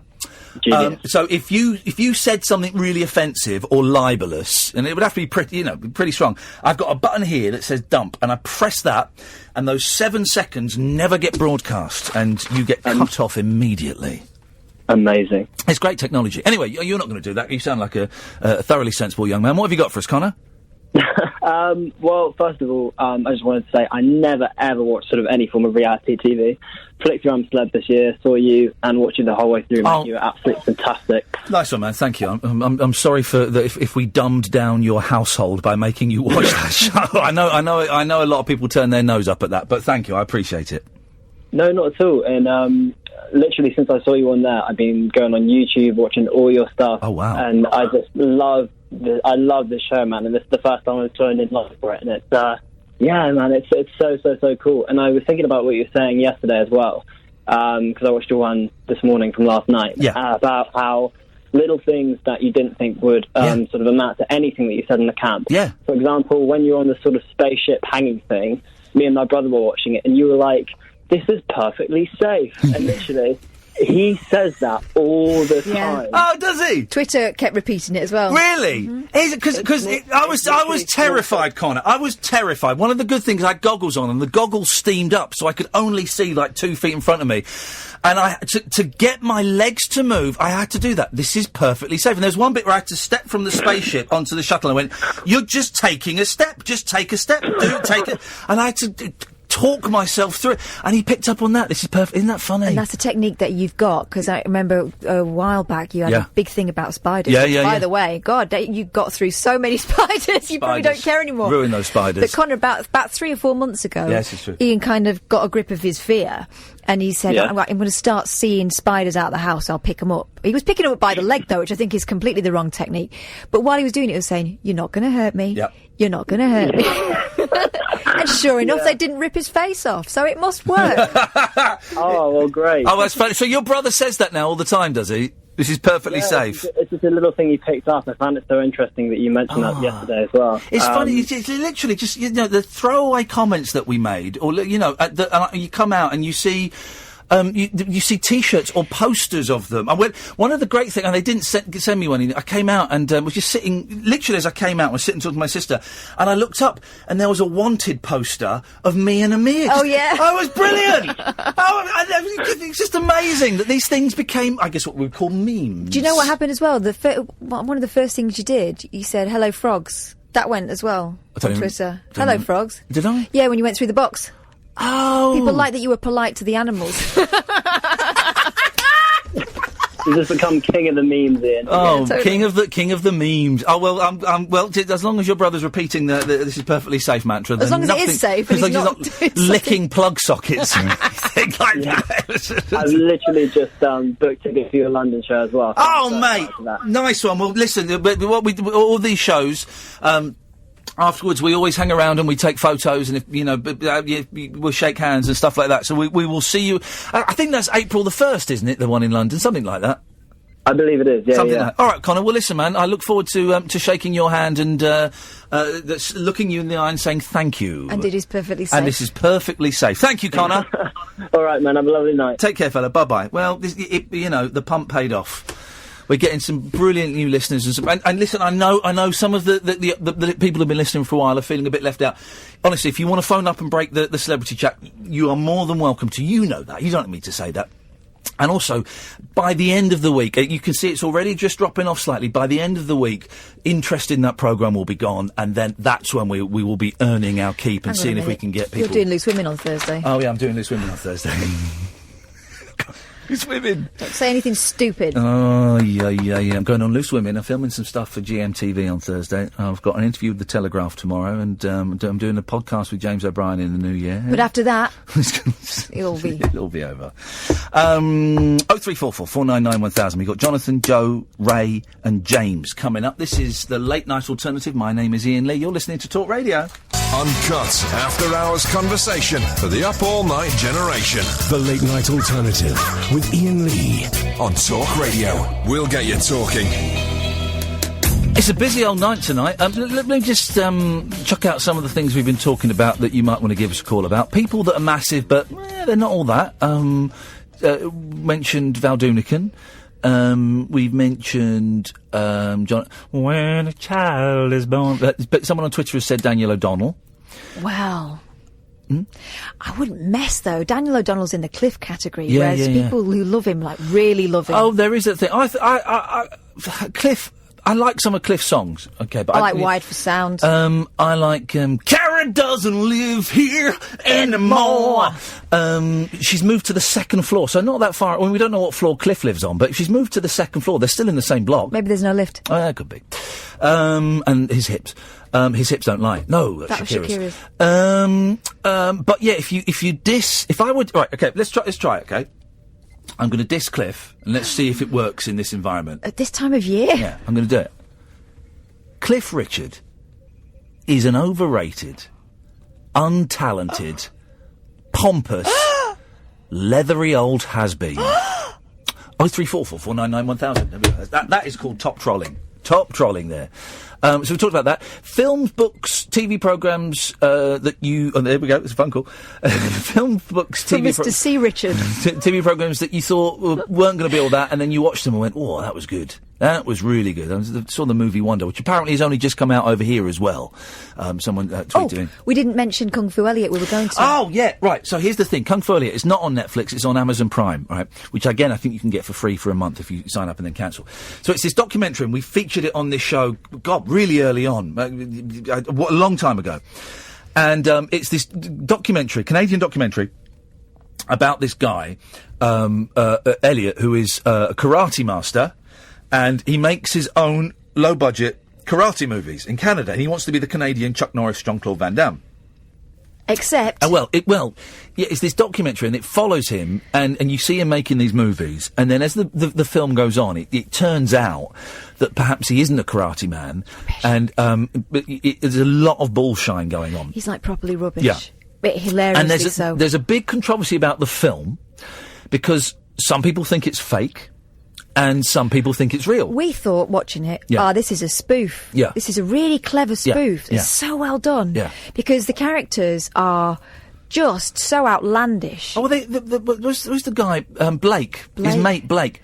Such a good film, right? And so we talked about it for nights on end, okay? We even had a special, we did a live event where we got a copy of They Killed My Cat, one of his movies, and we showed it, and then we surprised everyone by getting Kung Fu Elliot on the phone. Because really, we didn't believe that there would be... In the film, and this isn't a spoiler, No. you can't spoil it, it's just so brilliant. No. In the film, he talks about all these movies that he's made, and he's got them in one particular store in, is it Halifax, Nova Scotia? Yeah. And so... we thought, yeah, right, of course he has. This is a brilliant spoof, but there'll be no DVDs. But then we had one of our listeners, Katia, phoned up this video store, didn't she? No, she found the video store. We phoned them up on air, and they had it. So it's real. And they had not just that one, which was called They Killed My Cat, but like several others. There were several others. So anyway, so we had an evening and we showed it. It's a really good film. It's really interesting, and I think I am of the opinion that about 90% of it is real. I reckon about 10% is fudged a little bit. But we had the directors on, and anyway, what I'm trying to say is we're going to have tomorrow night at midnight. We've got Jarrett coming on again, one of the directors of the movie, and we're going to give away. I've got him here. I've got him here. See, last time we had Jarrett on, we got him on thinking, right, this is brilliant, but we'll tell him that we're in on this. We know it's a spoof. Yeah. I wasn't. Here we go. I've got 2 DVDs and 2 Blu-rays. We're going to give away tomorrow. I've got one. You can borrow mine. So we're going to give those away at midnight tomorrow, and we'll have Jarrett on. Honestly, it's such a great film. If you want to watch it, it's on Amazon Prime. This has got the DVDs has got director's commentary with Blake and Blair, 17 deleted scenes, and a Q&A with the directors. So there's loads of bonus stuff on there. It's so good. We're giving those away tomorrow. It really is a wonderful, wonderful film. I've talked for ages. We'll have a quick break. Then we've got Stuart, Jonathan, Joe, Ray, James. Not necessarily in that order. We'll come to those in a bit. This is the Late Night Alternative with Iain Lee on Talk Radio. The Late Night Alternative with Iain Lee on Talk Radio. Breaking news. Daphne from Scooby-Doo has died. No. Not Daphne, because it's different, but the original voice of Daphne. Heather North was her name. The reason I know that, she was also in an episode of The Monkees, and it's popped up on her thing, Heather North. The original voice of Scooby-Doo has died. And also, I did say that we're just getting loads of tweets giving us the love, and it was odd there were no hate tweets. We got one? We got a hate tweet. Boom. From Kerry Ullman. Says, Iain, myself and my partner Craig usually love listening to you in the evening in bed, but can you tell him to turn it down or off just for tonight so I can sleep? I'd tell him, but he listens to you more than me. Cheers. And then she's done a thumbs up emoji. Well, I'm giving a 2 fingers emoji. Oh, I don't think that was mean from Kerry. I think she's just really tired. It's mean and selfish. So, Craig, could you turn it up a little bit, please? Could you turn it up a little bit, if you wouldn't mind, Craig? It's Christmas. Exactly. So she needs to get in the Christmas spirit and be a little bit more giving. So, yes, thank you, Craig. I appreciate that. What's this? Okay, let's go to Stuart in Hull. Good evening, Stuart. Hi, this isn't Stuart, this is Joe, by the way. Don't know what's going on there. Oh, it says Stuart on my screen, Joe, but can I call you Stuart for convenience's sake? Yeah, sure. Nice one, thank you, Stuart. It just makes things so much easier. Otherwise, we've got to type different names, and let's stick with Stuart. I mean, we should call everyone Stuart. Yes, we could do. All right, let's do that then. Hello, Stuart. Hi. I'm not really sure what to say, to be fair. But actually, saying that, go on. Saying about films that you thought it was going to be bad, but turned out good. Yeah, go on. Well, I'm going to sort of flip it around, and there was a film that I thought was going to be really good that came out recently, actually, and it's a very controversial opinion, I think. Here we go. The new Star Wars film. Right, careful, no spoilers. No spoilers. I'm of the opinion that it's not really that great. Okay. Can I ask, because I've not seen it yet, I'm going to take the boys probably this weekend. Is it because the last Star Wars film was just a remake of Star Wars, but with a bigger Death Star? Is this Star Wars film a remake of The Empire Strikes Back? There are some callbacks. Yeah, right. Well, that was the most boring one out of the first three, because it was just him doing a training session. Here's another thing I've heard. Yep. Because Disney are now in charge of it, it's kind of pitched at little kids. And it's got too many gags in it. Yeah, there's a lot of that. Oh, yeah. But surely it's better than The Phantom Menace. I don't think that's the worst one either. Okay, well, this is what we're going to do, right? Hang on a minute. So, I'm going to write down that we're going to rank, because I've got controversial views. Right, Phantom Menace. What was the second one called? Attack of the Clones. That's the worst one. That was cack. No, hang on a minute. That's where I stopped with the new ones. Hang on, Attack of the Clones. Then the next one's Revenge of the Sith. Yeah. This is where we're going to lose listeners, because we're going to rank these, and I've got some very controversial views. Then it's Star Wars. Then it's Empire. Yep. Then it's Jedi. Then what was the one last year called? The Rogue One. Rogue One. Was it Rogue One? No, not Rogue One. Rogue One's not part of that's not part of the Star Wars trilogy. That's not. No. The Force Awakens. Force Awakens. Yes, Rogue One's different. Force Awakens is a prequel. Force Awakens. And this one's Last Jedi, is it? Mm-hmm. Right, okay, right. So bearing in mind I've not seen it, I'm going to rank these in order that I like them. From hang on, 1, 2, 3, 4, 5, 6, 7. From 7. I'm not going to include The Last Jedi because I've not seen it. So, in 0344 499 1000, this is where it kicks off. Are you listening, Daily Mirror? So, it's your story. So hang on, 1, 2, 3, 4, 5, 6, 7. Right, so I've got 7 here. Right. In at number 7, Phantom Menace. See, I would have put Attack of the Clones there. You're wrong. In at number 6, Empire Strikes Back. Boom! Yay! I'm going there. No. Oh no, she didn't. In at number 5, it's Jedi. In at number 4, ironically, as it's episode 4, Star Wars.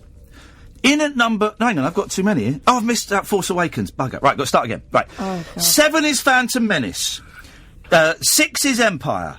5 is Jedi. 4 is Star Wars. 3 is Force Awakens. 2 is Attack of the Clones. And the best Star Wars film is Revenge of the Sith. Boom. Have that. How's about that for being a shock job? Very controversial. Isn't it? Apart from the crappy 90s or whatever it was, CGI on Clones and Sith, the terrible 90s, it's done on an Amiga or something. Apart from that, I thought they were absolutely stunning films. That bit, I don't know which one it is, but the one where they're in an arena and there's just like loads of them coming and they're on these columns, they're fighting all that. I thought that was blinding, that bit. Loved it. Yeah, that was a good bit, but I mean... Go on, then. Let's have yours. Forget Last Jedi, because we've not... You do your order, then. Go on. Right, so for me... the very worst one is Attack of the Clones. Oh, mate, this... all right, Joe. Then Phantom Menace. Right.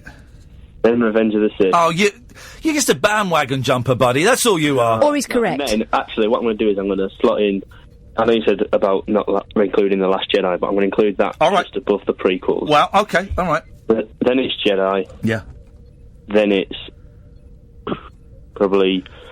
fourth one, A New Hope. All right, New Hope. Look, oh, jeez, maybe on a sec. So you've still got. Then you've got Empire and Force Awakens still.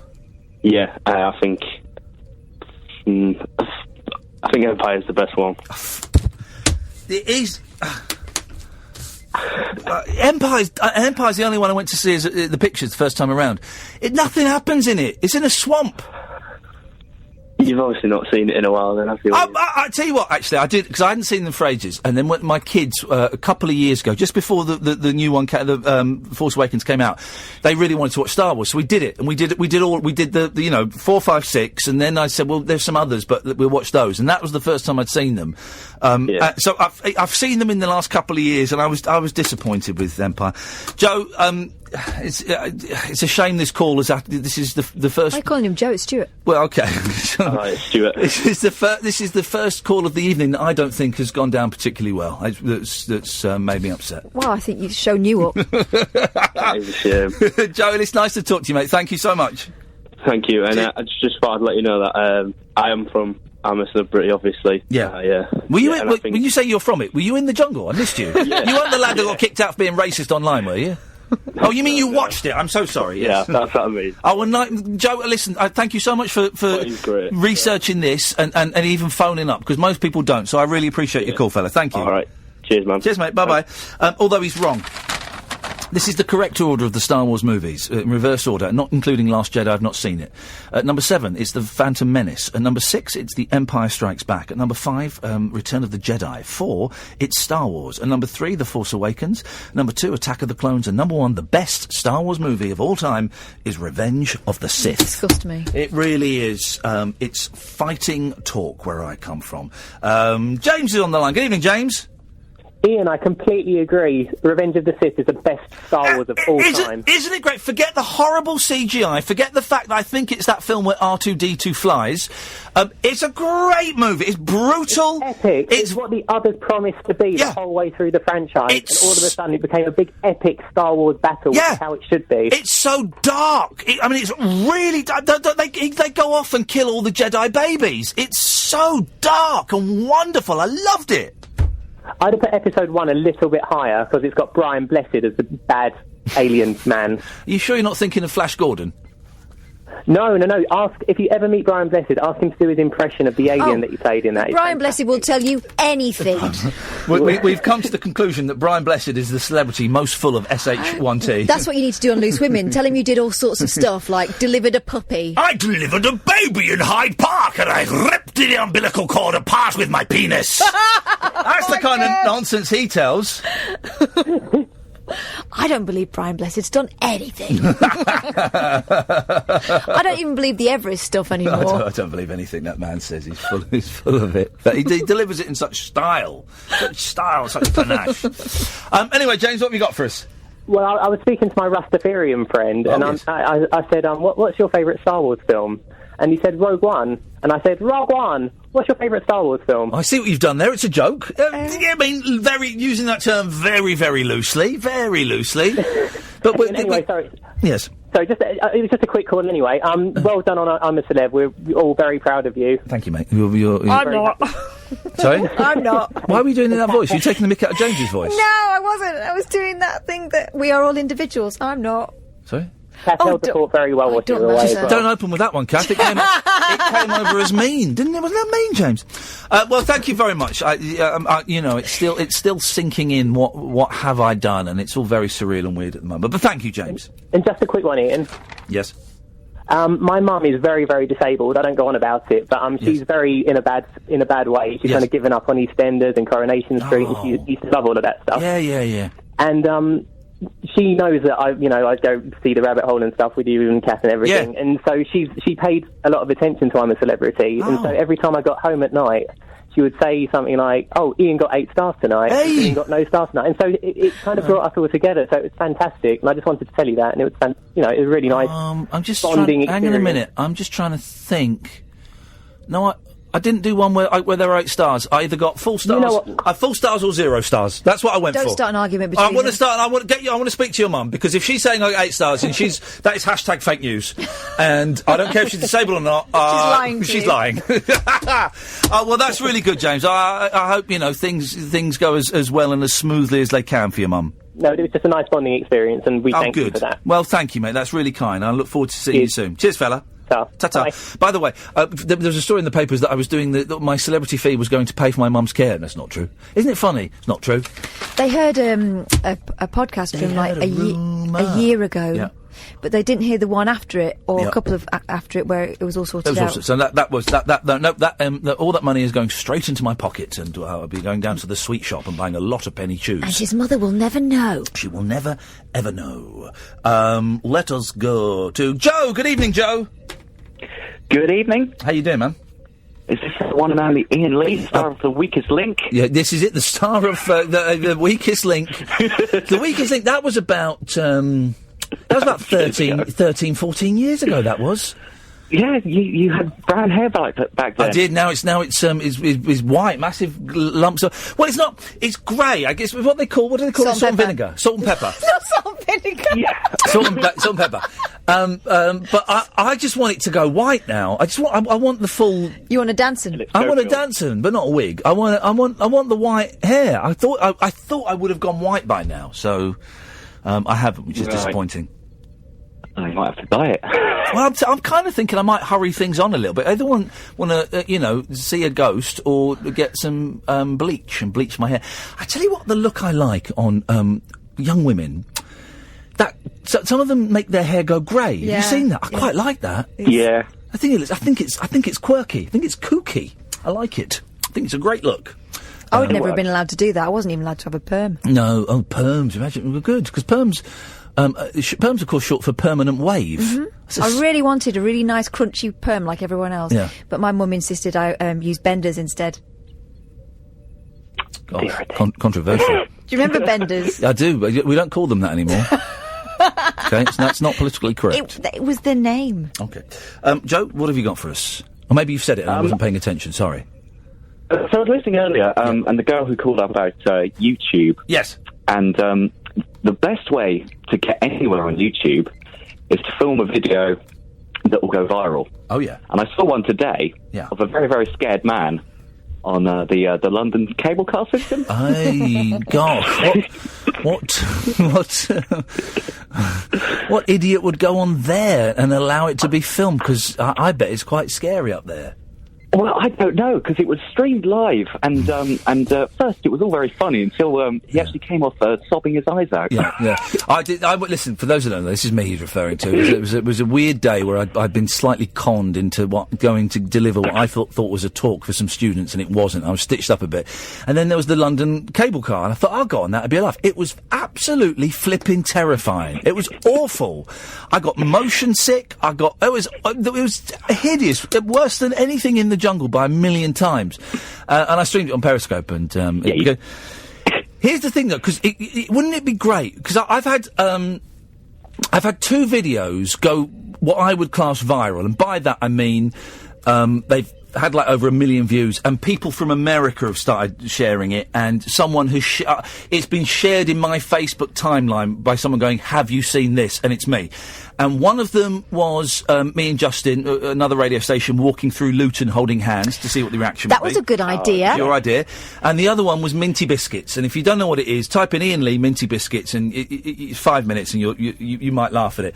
And people say, well, what does it take to go viral? I don't know. It's just got because the Minty Biscuits thing.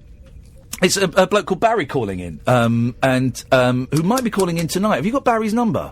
See if we can get Barry on after midnight. Send him a message now. Because I'll be keen to see if he saw me in the jungle. And I don't think it's even the funniest call that Barry ever did, but it was getting over 1 million hits at one point. So, wouldn't it be good if only some of us knew the secret to going viral? I'd like that. Yeah, that'd be great, wouldn't it? That's where the big bucks are. I want to know what you were like on the plane. Because if you're like that on the cable car... The plane did not rock as much as that bloody cable car. It really? was... Oh, it swung like anything. You are quite special to sit next to on a plane, though. Right. Well, because you like things the way you like things. Yeah. You've had fights with people over the armrest. Yeah. I can't talk to people on planes. No. I don't like talking, because it makes me sick. His ears squeak on planes. Oh, my ear... Well, no, here's the thing. I've got very sensitive ears, and my ears really, really hurt a lot when on the landing. The last 35 minutes as the plane's going into a slow descent, the pressure on my ears, it's unbearable. And quite often I'm deaf for a couple of days afterwards. The pain, it's awful. Before you get on the plane, he gets very upset about overhead storage. Very anxious about that, yep. And you don't like takeoffs or landings? I'm all right with takeoffs now. I don't like landings, no. Yeah. But I'm all right flying now. I'm fine with that, you know. Yeah. Especially going business. They flew me out business class. And do you know what that means? It means you get a bed. You get a bed, and I'm fine with that. Yeah, but get a bed, lie down on the bed, watch a movie, fall asleep, bishy bashy boshy, you're done. Super. That'll do. Joe, thank you very much for that. Let's start with Brian, and we'll see if we can fit your call in before the news, Brian. And if not, we'll get you after the news. What you got for us? Me? Yes. Is that you, Brian? It is. Yeah. It's when you were talking about the Star Wars stuff earlier. Yes, sir. I want you to know if you remember the 2 Ewoks films that were out. Ewoks Caravan of Courage, I remember, which I watched recently. I don't remember the second Ewoks movie. There's one called Battle for Endor. Wowzers. My brothers flagged me off because they don't remember this. Do you remember a TV series that was based on that? There's this wee pink thing and the Ewoks used to hang around them. Hang on a minute. There was a wee pink thing and the Ewoks would hang around. You sure this was a TV series? You just didn't find It was an Ewok cartoon series. I do remember the cartoon. From years ago. Yeah. I don't, but then this could be an example of the Mandela effect, where we are from different timelines, and in my timeline that didn't exist, and in yours it did. I don't remember that, I'm afraid, Brian. But Catherine, you do. You remember? Yeah, I think it was on like Going Live or Live and Kicking or something. Well, what did the Ewoks do with this pink thing? Hung around with it. Tormented it. That's what I remember. He tried to stop their plans, and they. The Ewoks were vicious bastards, that much I know, because they were going to kill everyone until they thought C-3PO was a god. They were warriors, weren't they? Yeah, they were vicious little killers. Brian, listen, thank you very much for that. Appreciate that. I think you made that up, just to get on the air. 03... Here's the thing, no one remembers Fonz and the Happy Days Gang, which was a cartoon of Fonzie, but in it, they found a time machine. Why would anyone think that was Fonz and the Happy Days Gang and Fonzie travelling through time with this sexy woman called Cookie? Did he travel to a time when it was acceptable to hang around with a load of kids when you're knocking on 40? Maybe. Jonathan and someone whose phone number I can see but not their name, we will come to you shortly. 0344 499 1000. Another hour to go, guys. This is the Late Night Alternative on Talk Radio. The Late Night Alternative with Iain Lee on Talk Radio. We have ways of making you talk. 9 a.m. on Wednesday, the 30th of September.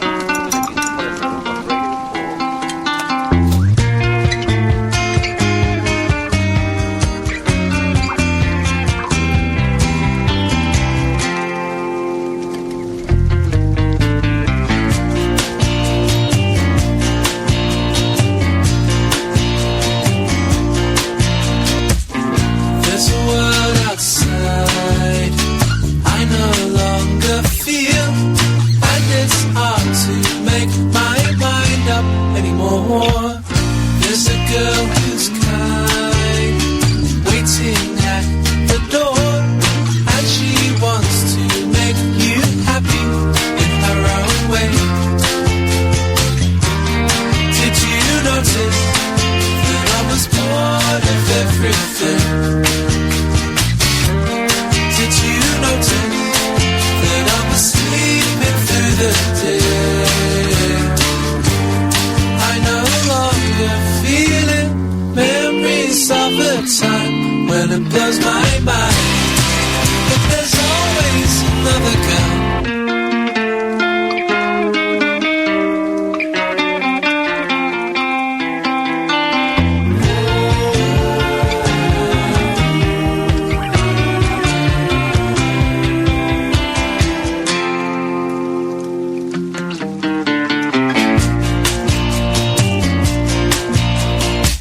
So we left our place, but we could try to hold it down. Was it really what you needed, or what you felt you should do? I'm alright, and you know that you're looking fine, but I still listen to that music every night. Did you notice that I was bored of everything?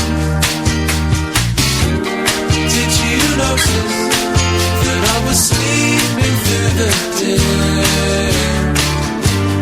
I wish I could see it. Memories of a time when it blows my mind. But there's always another girl. Another time, another place. Don't just let things get in the way. Sitting in the graveyard, in the church, nursing a child, the green on the other side.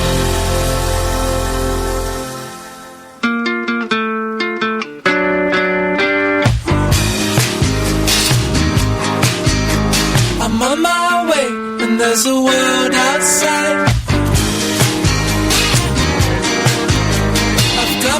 ticket. There's a world outside. I'm on my way. Oh man, Do you know? I hope I didn't. Brian, we've been talking. Oh, that goes into something else. I'd forgotten about that song. It's so good. I forgot the gentleman's name. Nathan. Was it Nathan? No. Or did I say Nathan? I'm saying Nathan, but it wasn't. Anyway, we'll remember it. It was such a long time ago. My brain has turned to jelly, seriously. But anyway, the group is Hollow Hand, and that song is A World Outside, and it's flipping brilliant, man. But go and buy it on. It's such a great song, and we had him in. Why can't I remember his name? Ah! Anyway, he came in and played some songs, and man alive, he's a boy, he's a young man, but he knows his songs are those of a world-weary traveller, aren't they? They're just fantastic, absolutely fantastic. 0344 499 1000 is the telephone number. I'm just fiddling with my headphones because I've gone deaf in one ear. There we go. Let's try it. Hello, caller. I don't know what your name is, but hello. Hello? That's you, yeah. Hello. Oh my God, I can't believe this. Yeah, no, it's happened. You dialed a number, and the cost of that call is you've got to speak to us. Who is this? Tabitha. Tabitha. Hey, Tabitha. Oh my God. How you doing? You all right? Yeah, I'm fine. What's wrong? Have you just seen a mouse or something? Literally, basically, I've been hyping this up on Periscope for so long. I was like, I'm going to call, but I'm just so nervous. And I did. What? Tell me why you're nervous. It's a weird thing to phone up a radio station, but why are you nervous? I'll tell you what, it's just so weird to see someone on, like, TV and then you're talking to them. Yep. It's just so weird to me. Yeah, and it's a strange old thing, isn't it? It's a strange old thing. I tell you what, I still get that, and it was really weird for me. I didn't really recognise a lot of the people that I was in the jungle with, but I'm a big fan of Shappies. So it's kind of weird seeing her, and I got a name wrong. Did they show that when I got her name wrong? Oh, when I had to pick the people to join me, and I got her name wrong, and I was mortified, and it was just pure nerves. So I'm a big fan of Shappy, but also I'm a big fan of Coronation Street. And so to have him Fizz from, doing these ridiculous, stupid, dumb things with Fizz, I never got over the fact that it was Fizz from Coronation Street. And we had quite intimate chats off camera when we managed to get, alone. And I never got over... here's the thing. This is it. She won't mind me sharing this. During some of those trials, you get quite messy, right? And then you have to be interviewed afterwards. And Jenny would always say, Ian, can you just look at my nose, see if there are any bogies hanging out? And I never got over it. And I loved her for that, because she was wonderful. So, yeah, I know what you mean, Tabitha. It's a weird old thing, and it still freaks me out. Oh, my God. Yeah. Okay, so can I shout out Rachel from Periscope? Hello, Rachel.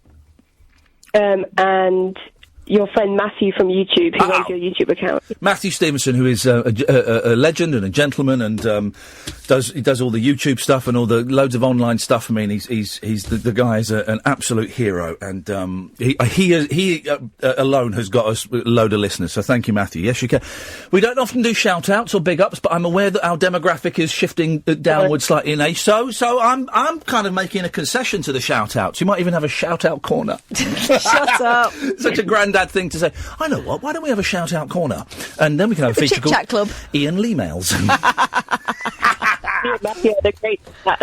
So Tabitha, I'm normally quite good at guessing people's ages, and I'm struggling with you. I'm going to say 17. No, a little bit lower than that, I'm afraid. How old are you? 15. Okay, well, I have a 2-year window either way. Okay. Have you finished school? You're not going to be at school tomorrow, have you? Yeah, I finished school today, actually. Oh, there we go. Then it's party time. It's party time. What? I nearly said something that made me sound like a granddad. I'm going to say it again. I'm going to say what was in my head, because this shows you how old I am. Were you allowed to take your favourite games into school today? Does that still happen? Yeah. Not for my school, I'm afraid. No one brought in a Not at 15. No one brought in a walkie-talkie or a Spectrum then. Okay, fine. Okay. Well, did you have to pay 50p to wear your own clothes? Yeah, was it Mufti Day? Yeah, it was £1 to wear own clothes. £1, flipping heck. That's a scam, Was there one spoddy kid that was too tight to pay and came in school uniform? No, there wasn't, and we had a school jumper. We had a Christmas jumper competition. Oh, I like that. A lot of schools do the Christmas jumper. I think that's brilliant. Well, good. I'm glad the Christmas holidays have started. I think that's pretty poor show. The young lady we had who doesn't finish until Thursday. Outrageous. That's virtually Christmas. That's horrendous. But at least Christmas is on a Monday. I always feel cheated when Christmas is on a Saturday or a Sunday, because that's the week, and even a Friday, because that's the weekend anyway. So you kind of lose out a little bit on, like, holiday and stuff. Yeah. That's a swizz. Tabitha, what are you hoping Father Christmas will... I don't know. I see, I've got boys, and they're not even, they're still in single figures. So the teenager of either sex is a mystery to me. I wouldn't have a clue for a boy or a girl. But what are you hoping for Christmas this year? Oh my God, that's such a tough question. I don't know. I guess, like, the standard question for, like, my age would be, like, makeup, but, like, that's so, like, stereotypical. A car? Would you like a car? Hey, listen, makeup is expensive sometimes. If you can get someone else to pay for it, why wouldn't you? Would you a holiday in Portugal? Would that? I don't. At 15. Well, yeah. I don't understand. I don't know teenagers. I haven't got them yet. Would you like to get your first ever pocket telephone? Would you like that? An iPhone or something? Yeah, but that. Do you have a phone already? Yeah. That's what. Yeah, I'm calling from my phone at the moment. How old were you when you got your own phone?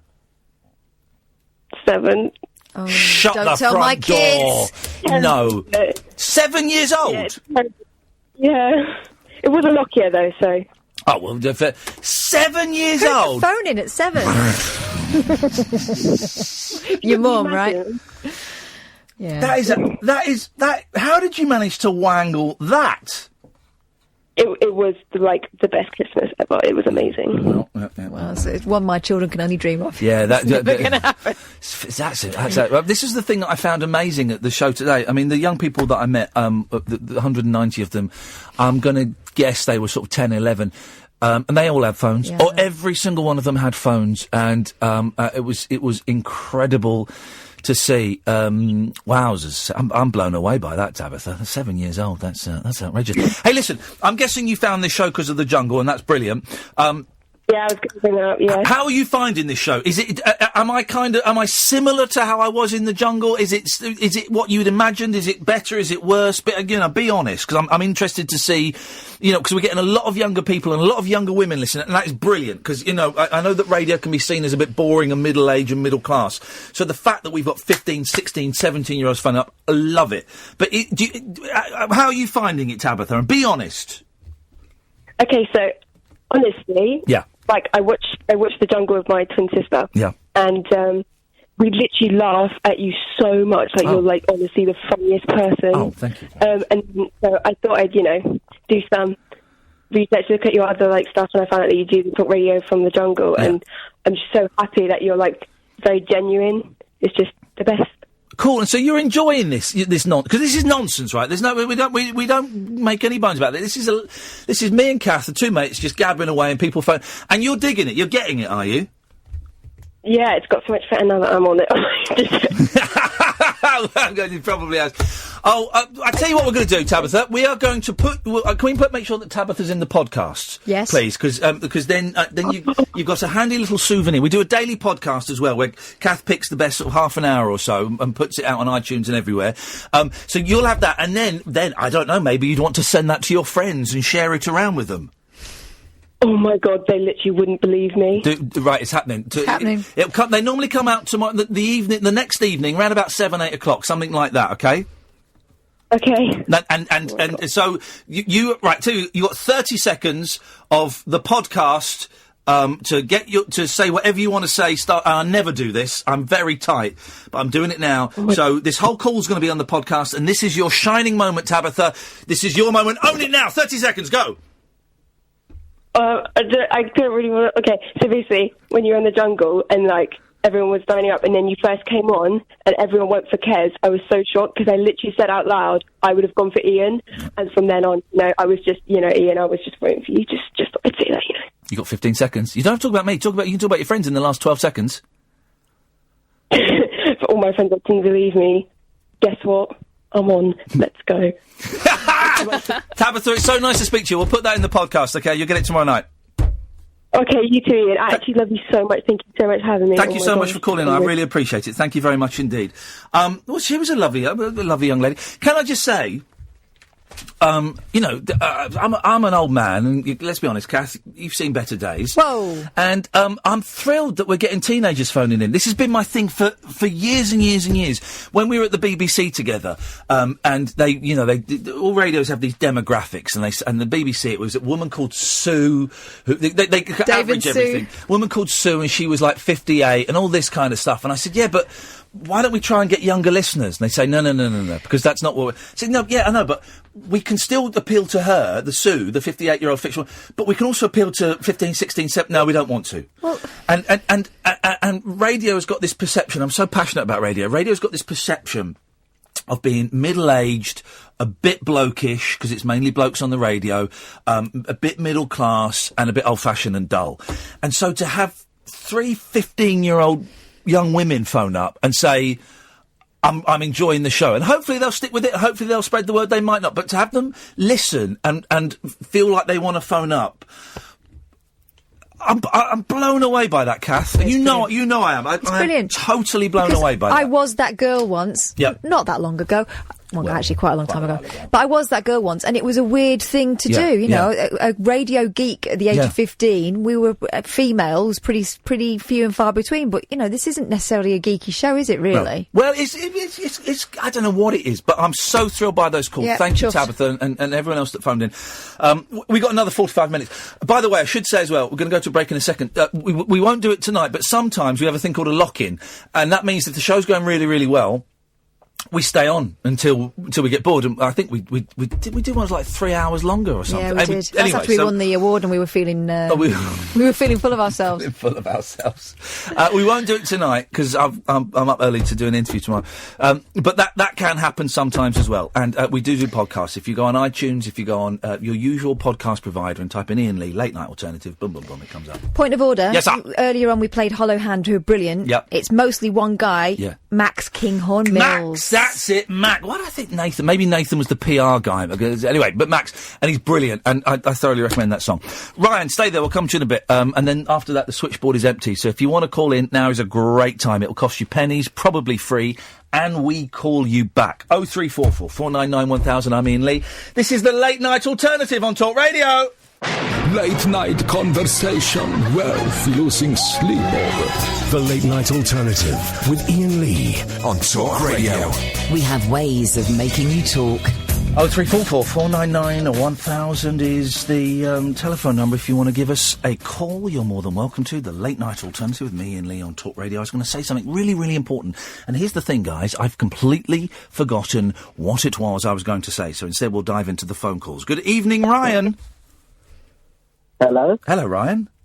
This is so weird. Oh, there was a giggle. Hey, that was a giggle, buddy. I like that. You know what? People don't giggle anymore. It's either lolling or chuckling or there's no giggles, and I like that. Thank you, Ryan. That was a great one. That's amazing, isn't it? Yeah, good. Like, good. I know you're human, but it's weird seeing you on the TV and you're here now. Well, on the vocal. Well, on the vocal. We're literally here, but like... We're almost speaking the same language. It's amazing. It's weird, isn't it? It is weird, but yes, I'm that idiot that was in the jungle, yes. It's so cool. Like, I can't speak English. That would really are you like my kids? Did you prefer Toff and Jamie over me? No, I honestly, when you went into the jungle, I'm going to be honest, because I didn't know you before the jungle. Yeah. I didn't know most people in there. Well, I didn't know most of them. I stopped watching the show when this year I got back into it. Yeah. And when you joined, I was like, he's quite funny actually, but like, the first episode when you first put in there, I was like, he's doing arsehole, isn't he? Yeah. And then I'm being honest, and then I gradually went, he's actually a decent guy. He's funny. He's got this similar sense of humour to me, which is really funny, and then some people don't understand, and then they eventually understand. Yeah. Can I ask you a question, please, Ryan? Go ahead. It's so weird. Go ahead. Did you think the strawberries were funny? I laughed at that, and then when watching it, I was like, don't say anything, and then I hate how Amir kind of like basically not pushed you going, it was all his idea, but didn't be the man afterwards, because you did the right thing. Yeah. You should have probably kept it to yourself, but you did the right thing. But I don't like how he went, it's all your idea, until they waited till you're out of the jungle. Yeah. The reason I did the strawberries, and I weighed it up, and what they didn't show is it was 40 minutes of me and Amir going back and forth, right? Yeah. And, my test was, would Kath, who's here with me, and my mate Scott find it funny? And the answer to that was a resounding yes. And then it was, there is going to be massive fallout for this. Do I think I can take it? And I went, yeah, do you know what? For a laugh in front of 12 million people, I think I can. And I did it to be funny. For those who get the reference, it was me wrestling women. It's an obscure Andy Kaufman reference, but it was my equivalent of that. And, and it was a punt, and it could have got me voted out straight away. And do you know what? I think it was the strawberries that kept me in. I think that was the turning point for a lot of people. So, yeah, I'm glad you got the joke of it. But I remember watching that going, because I don't know most people in there before. I didn't know who they were, most of them. But I was like, I didn't know what their personalities were like. And I was thinking, I hope Amir goes, I hope he afterwards goes and, like, admits going, it was all, because obviously it's edited, and as you said, they edit it, so it looks different, I suppose. But sort of, I'm kind of annoyed at him for not going, even like a week after going, yeah, it was all my idea. Like, he kind of led towards it, but at some points I'm like, you did the right thing, but you did just, like, take the brunt of the blame. Yeah. And it really kind of, like, I watched it in Jungle all the way through. Yeah. And it really sort of affected you. I could tell, either the cameras do edit it, because obviously it's 24 hours a day, but we can't see that. No, I was upset, and people hated me, and I knew people would hate me, but I also thought the hate would be distributed equally amongst myself and Amir, and it wasn't. Yeah. So it was rough in there, man. For a few days, it was really rough. But I tell you something, those strawberries were the best strawberries I've ever tasted in my entire life. It was delicious. They were great strawberries, and it was worth it for what I knew would be gripping television. Trust me, a lot more people viewed now watch it this year. Don't worry. Like, I remember, because obviously the last couple of years, I've watched it since I was a child, the show. Yeah. I kind of fell out of it because I kind of was bored of it. Yeah, of course. And this year, I didn't know a single person. I knew the YouTuber that got kicked out, which I'm not going to go about because that's quite funny. So, I didn't get to meet this Jack the lad. So I kind of missed all of that. He's the only one I really actually knew before going. I wasn't a fan of him, but I heard his name, and then I was like, because you like. When you don't know people, you don't know how you're going to like them, if that makes sense. Yeah, of course. Do I support these people? And I feel bad for you, because obviously you were chucked in there days afterwards. Yeah. And the joke you made walking in there probably wasn't the smartest idea. Oh, God, what I said was, you all look effed. Now, here's the thing, right? Yeah. I didn't know they were filming then. I didn't know that as soon as you walked out, you were in. That was it, game was on. Yeah. And so, and I walked out, and suddenly... There was the biggest film crew I'd ever seen. There were 15 cameras easily, and there must have been 60, 70 people stood there, and I was like, wow. And normally when you go onto a set, you have a moment and everyone says, you're right, okay, you ready? And let's go.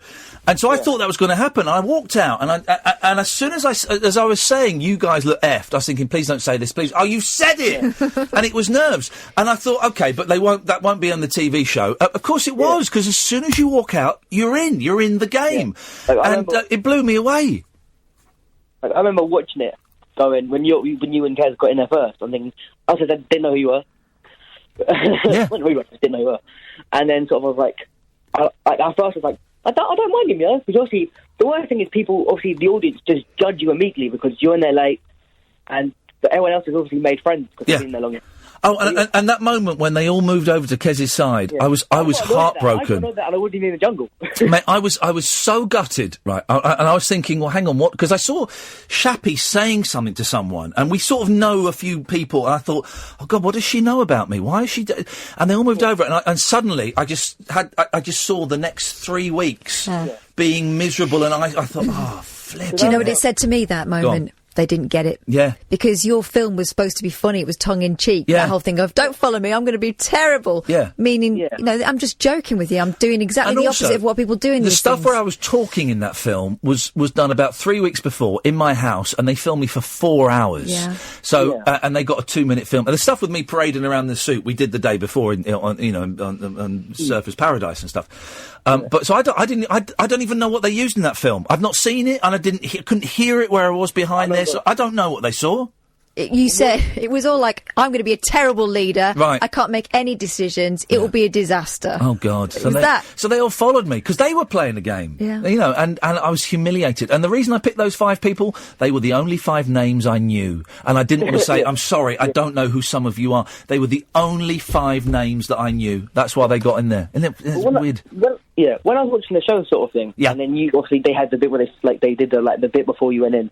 Yeah. And all that. I'm thinking, I like you, though. I don't know who he is. Yeah. And then they said you were. I was like, no, I'm get along with him. I'm thinking, he's going to one who people are going to get a go at, or he's going to get the brunt of it. I just knew for a fact you're going to go. Not like you would say something, but you've got the sort of, not the same personality I have, but, you know, kind of like, not think before you say, but, you know. Yeah. Exactly. No, you open your gob and something comes out and you go, oh, should I have said that? Well, I've said it now. I've got to stick with it. I've said things that have come across the wrong way and affected me, like, with you kind of thing. Yeah.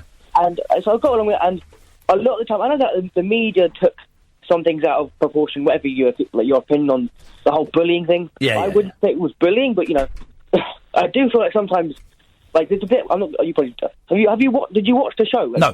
All I've watched, I've watched the trials that I did, and I watched the bit where we stole the strawberries. That's all I've seen. Like, I was going to say, I don't want to ruin it. I can't remember what part, there's a bit where sort of, I don't really, like, I think Amir it's near the end, where Amir this is when, like, I've watched it for 3 weeks. Yeah. And so there's a bit where it's towards the end, like, I think the episode Amir got sent out on. And Amir just rips into you. Oh, is it when he said, I'm a bad man and I bossed everyone around when I came in? Yeah, like, it's like at the ending goes, oh, you're this and all that. Yeah. And then he cuts to him in the interview. I'm thinking, the first trial, he said, I'm a celebrity on the first trial. Yeah. He was scared of everything. As I said, I started watching the show maybe the 3rd episode in, but I didn't see his first trial. And then I'm thinking, just like people go, oh no, he's not bullying. Amir is the one that I'm most disappointed in, because I thought we were mates, you know, and then I found out that he was slagging me off behind my back. Hey, Ryan, listen, I've got to go, because I've got to go to a break, and then we've got an old man called Barry from Watford calling in, who I need to go, because he might die. It's so weird. Good to talk to you, man. Call in again, won't you, fella? Yeah. Cheers, mate. Nice one, Ryan. Thank you very much indeed. 0344. I'm going to give the number out because the switchboard is full. We've only got 30 minutes left, and Barry from Watford is coming up. This is Talk Radio. The late night alternative with that man, Iain Lee. There's no strangers here, just friends you haven't stalked on Facebook yet. Have never sent my picture to anyone who didn't request it. The late night alternative with Iain Lee on Talk Radio. Yes. The switchboards are full, so don't call in. And if we get any more calls, thank them very, very much, and we'll try them tomorrow. But we've got loads and loads of calls, and we've only got 30 minutes left.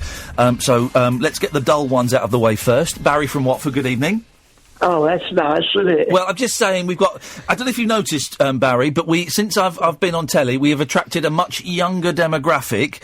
Oh, yeah. Yeah, and I would rather talk to young people who are full of life and vitality rather than people that probably got a few weeks left. This is going to be their last Christmas, so let's, you know.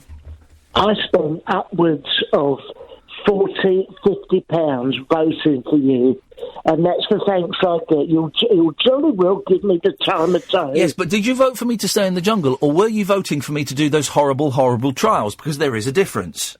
The latter. OK, I thought that might be the case, you miserable old git. How's about you and me going to a tour? Yeah. Me hanging on to your coattails. I do all my jokes. Oh, you do jokes, do you? Of course I do. Go on then, do a joke. Will you put me on the bleeding spot? Well, you've put yourself on the bleeding spot. You've just said that you do jokes. Right. Well, go on then. And none of the racist stuff. I'm not allowed to do that. No, you're not allowed to do that. Immediately, 75% of the material goes out the window. It's political correctness gone mad. That is perfectly. No, here's one for you. I tell you what, at Christmas we play all the games, you know. When a joke coming up now, all the games, this is the set up, and then the middle bit goes like this. Whenever MasterChef is on, we do a drinking game. The moment I see Greg Wallace, I turn the telly off and go to have a pub. Hello? Yes. You and me, I'll take 15%. Come on, we'll go around the country. I'll open for you. Okay. See all the goals. Barry, hang on a minute. Emily? Hello? Hello, how you doing, Emily? You all right? Good, yeah. How old are you, Emily? 12. Here we go. This is not the biggest age gap we've had on a radio show, because I think we had a 10-year-old and a 90-year-old, but this is pretty close. So, Emily, say hello to Barry. Hello. Hello, Emily. How's it going? Pardon? Do you speak English? Oh, come on now, please. Yeah. How's it going, love? Yes. Right. Emily, did you hear Barry's, in inverted commas, joke? Yeah. What did you reckon? Was it dope or was it sick? I don't know. Okay. Try and do another one, Barry. I tell you something, this royal wedding, Princess Anne said that Meghan Markle's a tribute to the family, and that's straight from the horse's mouth. Oh. She looks like a horse. No, right, okay. Yeah, listen, come on, Emily, I apologise. That joke was not age appropriate. It's a bit misogynist. It's a little bit. Come on, this is not the image we're going to be giving young women. Sorry, Emily. Emily? Yeah? Do you know any jokes? No. Oh. Well, you're the same as Barry then. Do me a favour. You were doing you a favour. Let you come on and kill the vibe on this show. Blimey, Barry, so did you watch me in the jungle? Watch you? I had it on repeat. Okay. And you were wonderful, and we could just go around all the art centres. Come on the start. All them people who like you, at last I could get an audience. Yes. No, so hang on a minute. Are you saying that you're going to stab Angela? I'll drive. Hire a car. I've got a car. I'll drive. Are you saying that you're going to stab your a small part of the programme to programme sale? You're going to stab Angelos in the back? Well, you're doing a bit better than he is nowadays. It's not really worked out, has it, with Angelos? Well, we could share a room. What? Oh. Maybe share a room. Cut down on costs. Okay, no, it's not. Yeah, it's not going to happen. No. But I'll tell you what. Available. I tell you what I'll do is I will put your name forward, because if you go in I'm a Celebrity, you're allowed to suggest someone to go in next year. So I can suggest you if you want.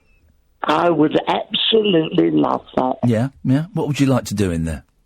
I'd like to... Bearing in mind we've got a 12-year-old. Bearing in mind we have a 12-year-old on the other line. I'm so sorry, yes. Emily. Can I just say, Emily, the country's on its knees. What are you doing up at this time of night? I don't have school in the morning. You don't? No. Well, get out there and do a little bit of voluntary work. Something. For crying out loud. Do you think the Japanese students are up listening to this nonsense? Do you think the German children... Emily, turn your radio off. It is off. Well, what? Your phone's rubbish then? I know, sorry. Hang on a minute, Emily's matured very quickly. What's going on there?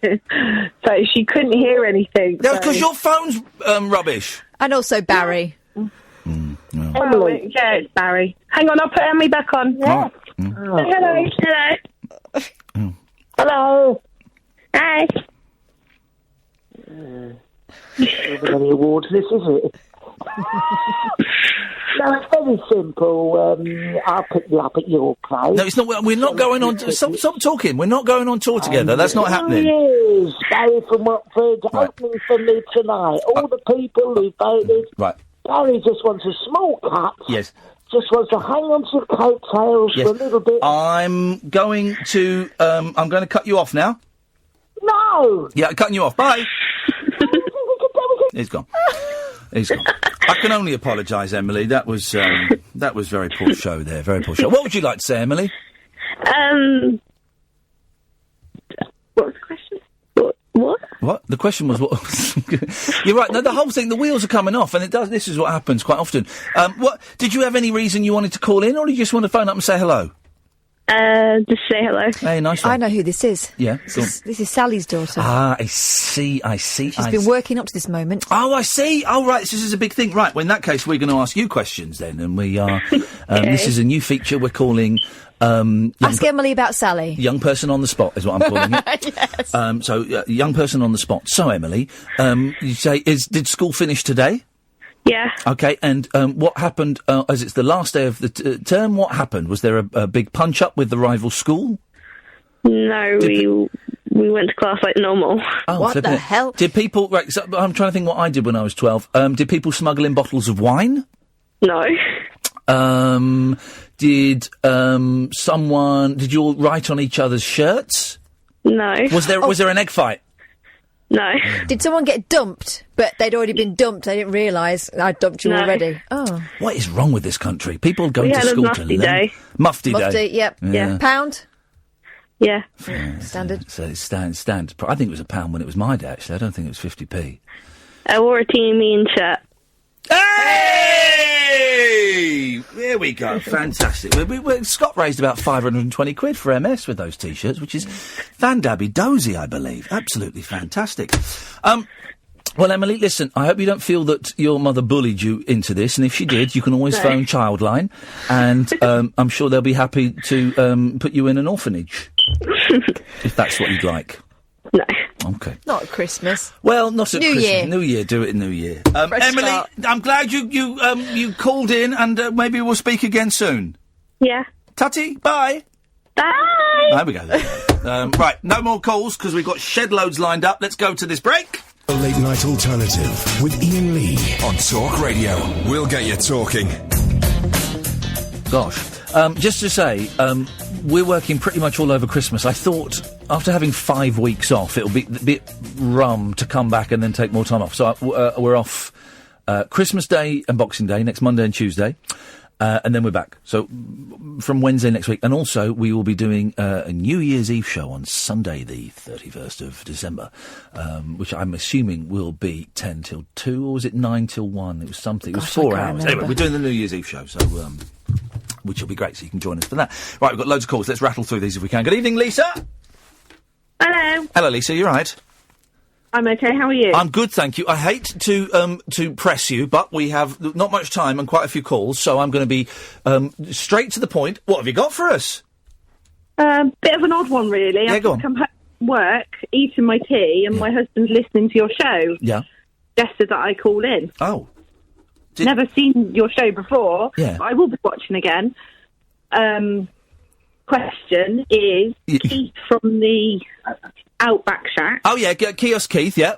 Yeah. Does he actually sound like that on the phone when he calls down to camp? Here's an interesting thing. He doesn't make the phone call. That's not him doing the phone call, because I was confused, because when we stood at the kiosk, me and Amir, and he picks up the phone, and then we could hear it, because we were near the camp, we could hear it ringing, but then it's not him that does the question, so I don't know who does the question, so it's not his voice, no.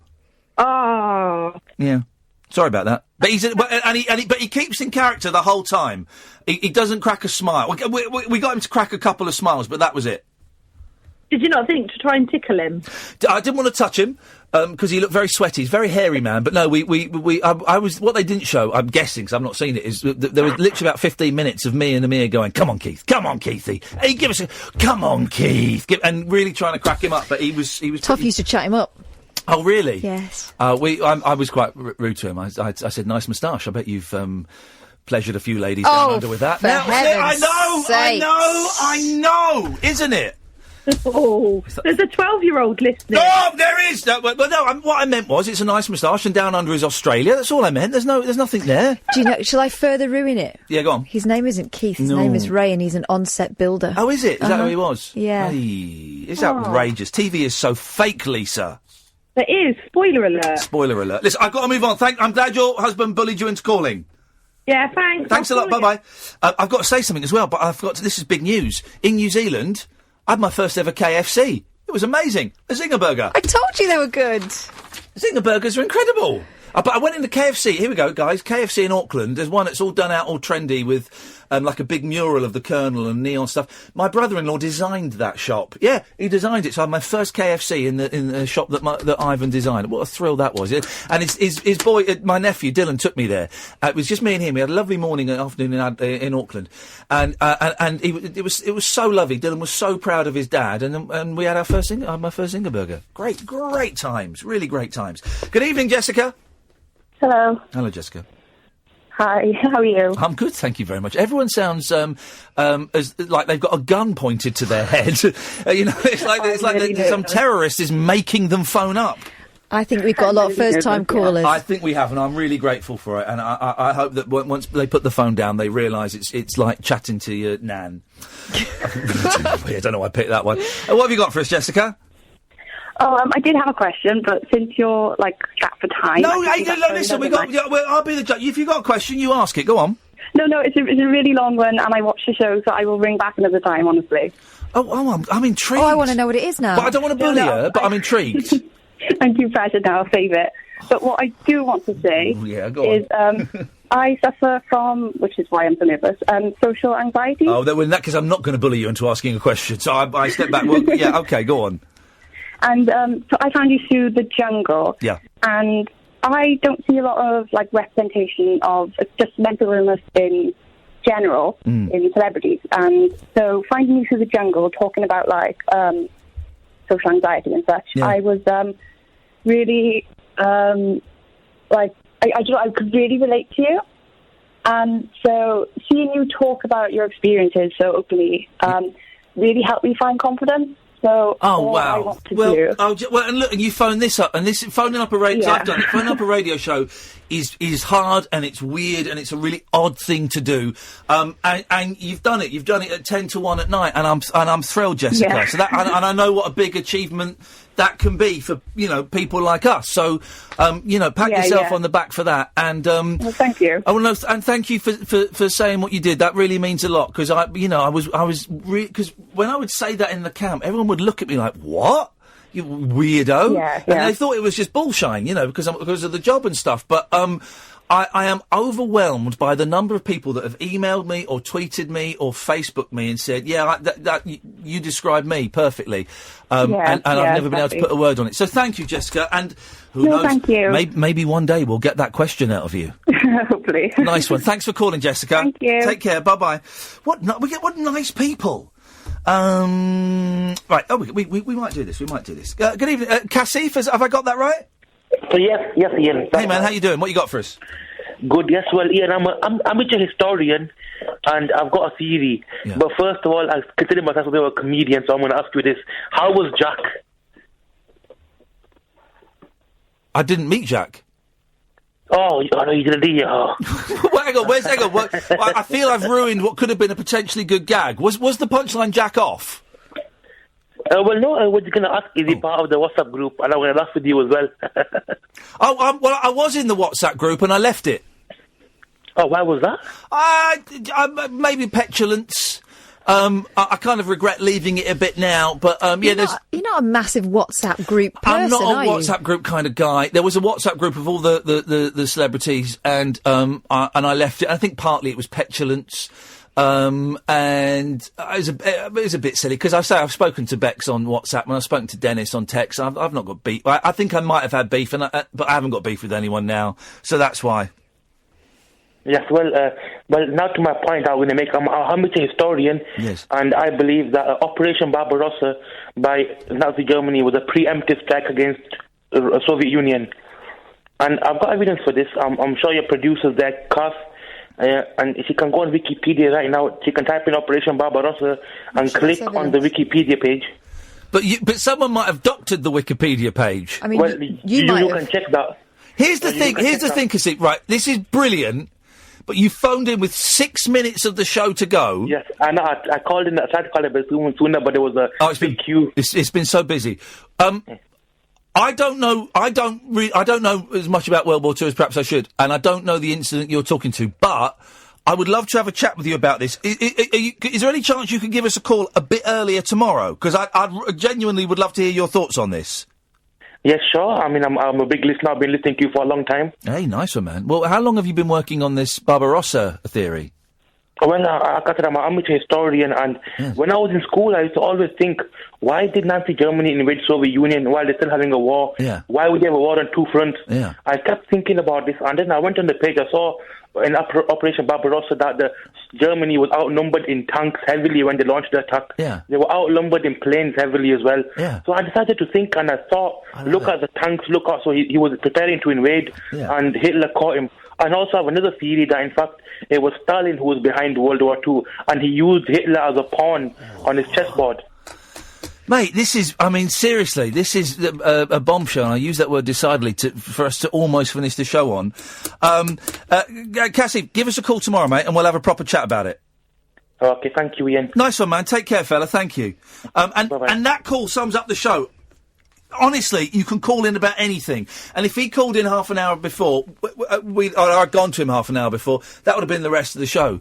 And you can call in about anything. And if you've got theories or anything, conspiracy theories, you'll get a fair crack of the whip. You'll get challenged. And if we think they're pony, we'll tell you that they're pony, but you'll get challenged. You know, it's not a radio show where we go, yeah, that was great, thanks very much. After not listening to you. After not listening. So, but thank you, mate. Right, we've got 4 minutes. Let's get through these. Hello, Dan. Good evening, Ian. It's cuddly old Rupert Murdoch. Oh, it's Rupert Murdoch, the boss. Good evening, boss. Hi. Just so you know, Ian, I've been spending the last few weeks selling off my assets. Yes. So I've had a lot more free time than usual. Yes. I just wanted to say the last 5 weeks of shows that you've done, you and Kath together, these have been brilliant. And on that basis and that basis alone, I want to order you a new contract. Okay. Just say thanks. No, I can't. I've not been here the last 5 weeks. No, it's fine. Okay. Come on, what do you know what to do with? That is brilliant, Rupert. Thank you, man. I'm glad you're paying such close attention to the show. Always do love the show, Steve.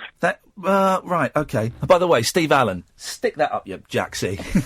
Been slagging me off, you miserable old, bitter old... Sorry, who? Yeah, exactly. That man is a liar and a charlatan. He used to he accused me of stealing stuff when I worked at LBC. What's that, Nick Ferrari Nick Ferrari radio? shower radio. He's a horrible, bitter old man who's on the graveyard shift. And just, Steve, grow up, mate. You should know better than that. Grow up, buddy. To be fair, those showers radio sound amazing. Oh, he said, you know what? Steve's a bully. He used to try and bully me, and it didn't work, and that's why he doesn't like me. Grow up, mate. Evening, Amy. Oh, hello, Ian. Hello, Katherine. Hello. You all right? Yeah, good, thanks. What you got for us? Yeah, well, I just rang. Gosh, this is the first time I've been on the radio, so it's a bit... It's the first time I've been on the radio in a while, and I'm still a little bit rusty, so we'll stumble through this together. Well, I like that, given there's only a few minutes left. Exactly. I just wanted to say, I remember you from the olden days. Oh, yes, yes. Say that. It was in black and white and steam-powered, yes. It's me too. No, I'm not that old, thank you. Oh, but, okay.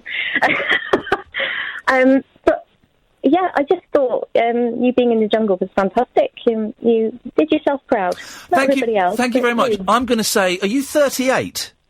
No. How old are you? Thank you. Oh. How old are you then? Slightly lower.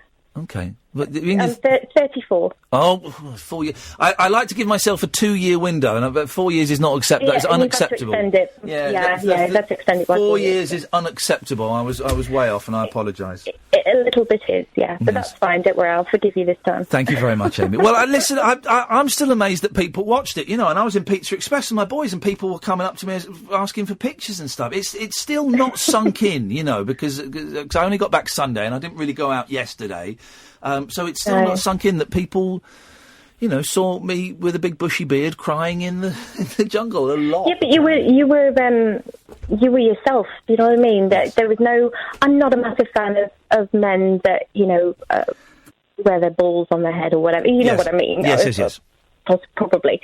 I much prefer people that are more honest with themselves, wear the heart on the sleeves, and because that's familiar to me. So, I thought you came across very well, and now I'm a new listener, although I am in my 30s, so I hope that's okay. Hey, listen, I'm anyone. I'll have any listener, you know. So I'm glad you found me, and I'm really appreciative that people have, you know, because I know people watch people on telly and then they leave it, and that's it. And it seems that I've captured people's imaginations to a certain extent that they've researched where I work and they come to listen. Amy, listen, I've got to go. I hope we get to talk again soon. Thanks for your call. Take care. Cheers, bye-bye. Sorry, Jonathan. Sorry, Craig. We'll have to give us a call tomorrow. Busy phones, busy lines. Don't forget there is a podcast, which Kath gets the kind of the best 30 minutes of the show and puts that out. And they usually go out around about 7:30, 8 o'clock, something like that, the next evening. Tomorrow we got the directors of Kung Fu Elliot on. You don't need to have seen the film, but if you do want to watch it, it's on Amazon Prime, I think. We'll be giving away some of the DVD, 2 DVDs and 2 Blu-rays to give away. Yeah, that's it. That's your lot. We'll be back tonight at 10 o'clock. Until then, from us, ta-ta!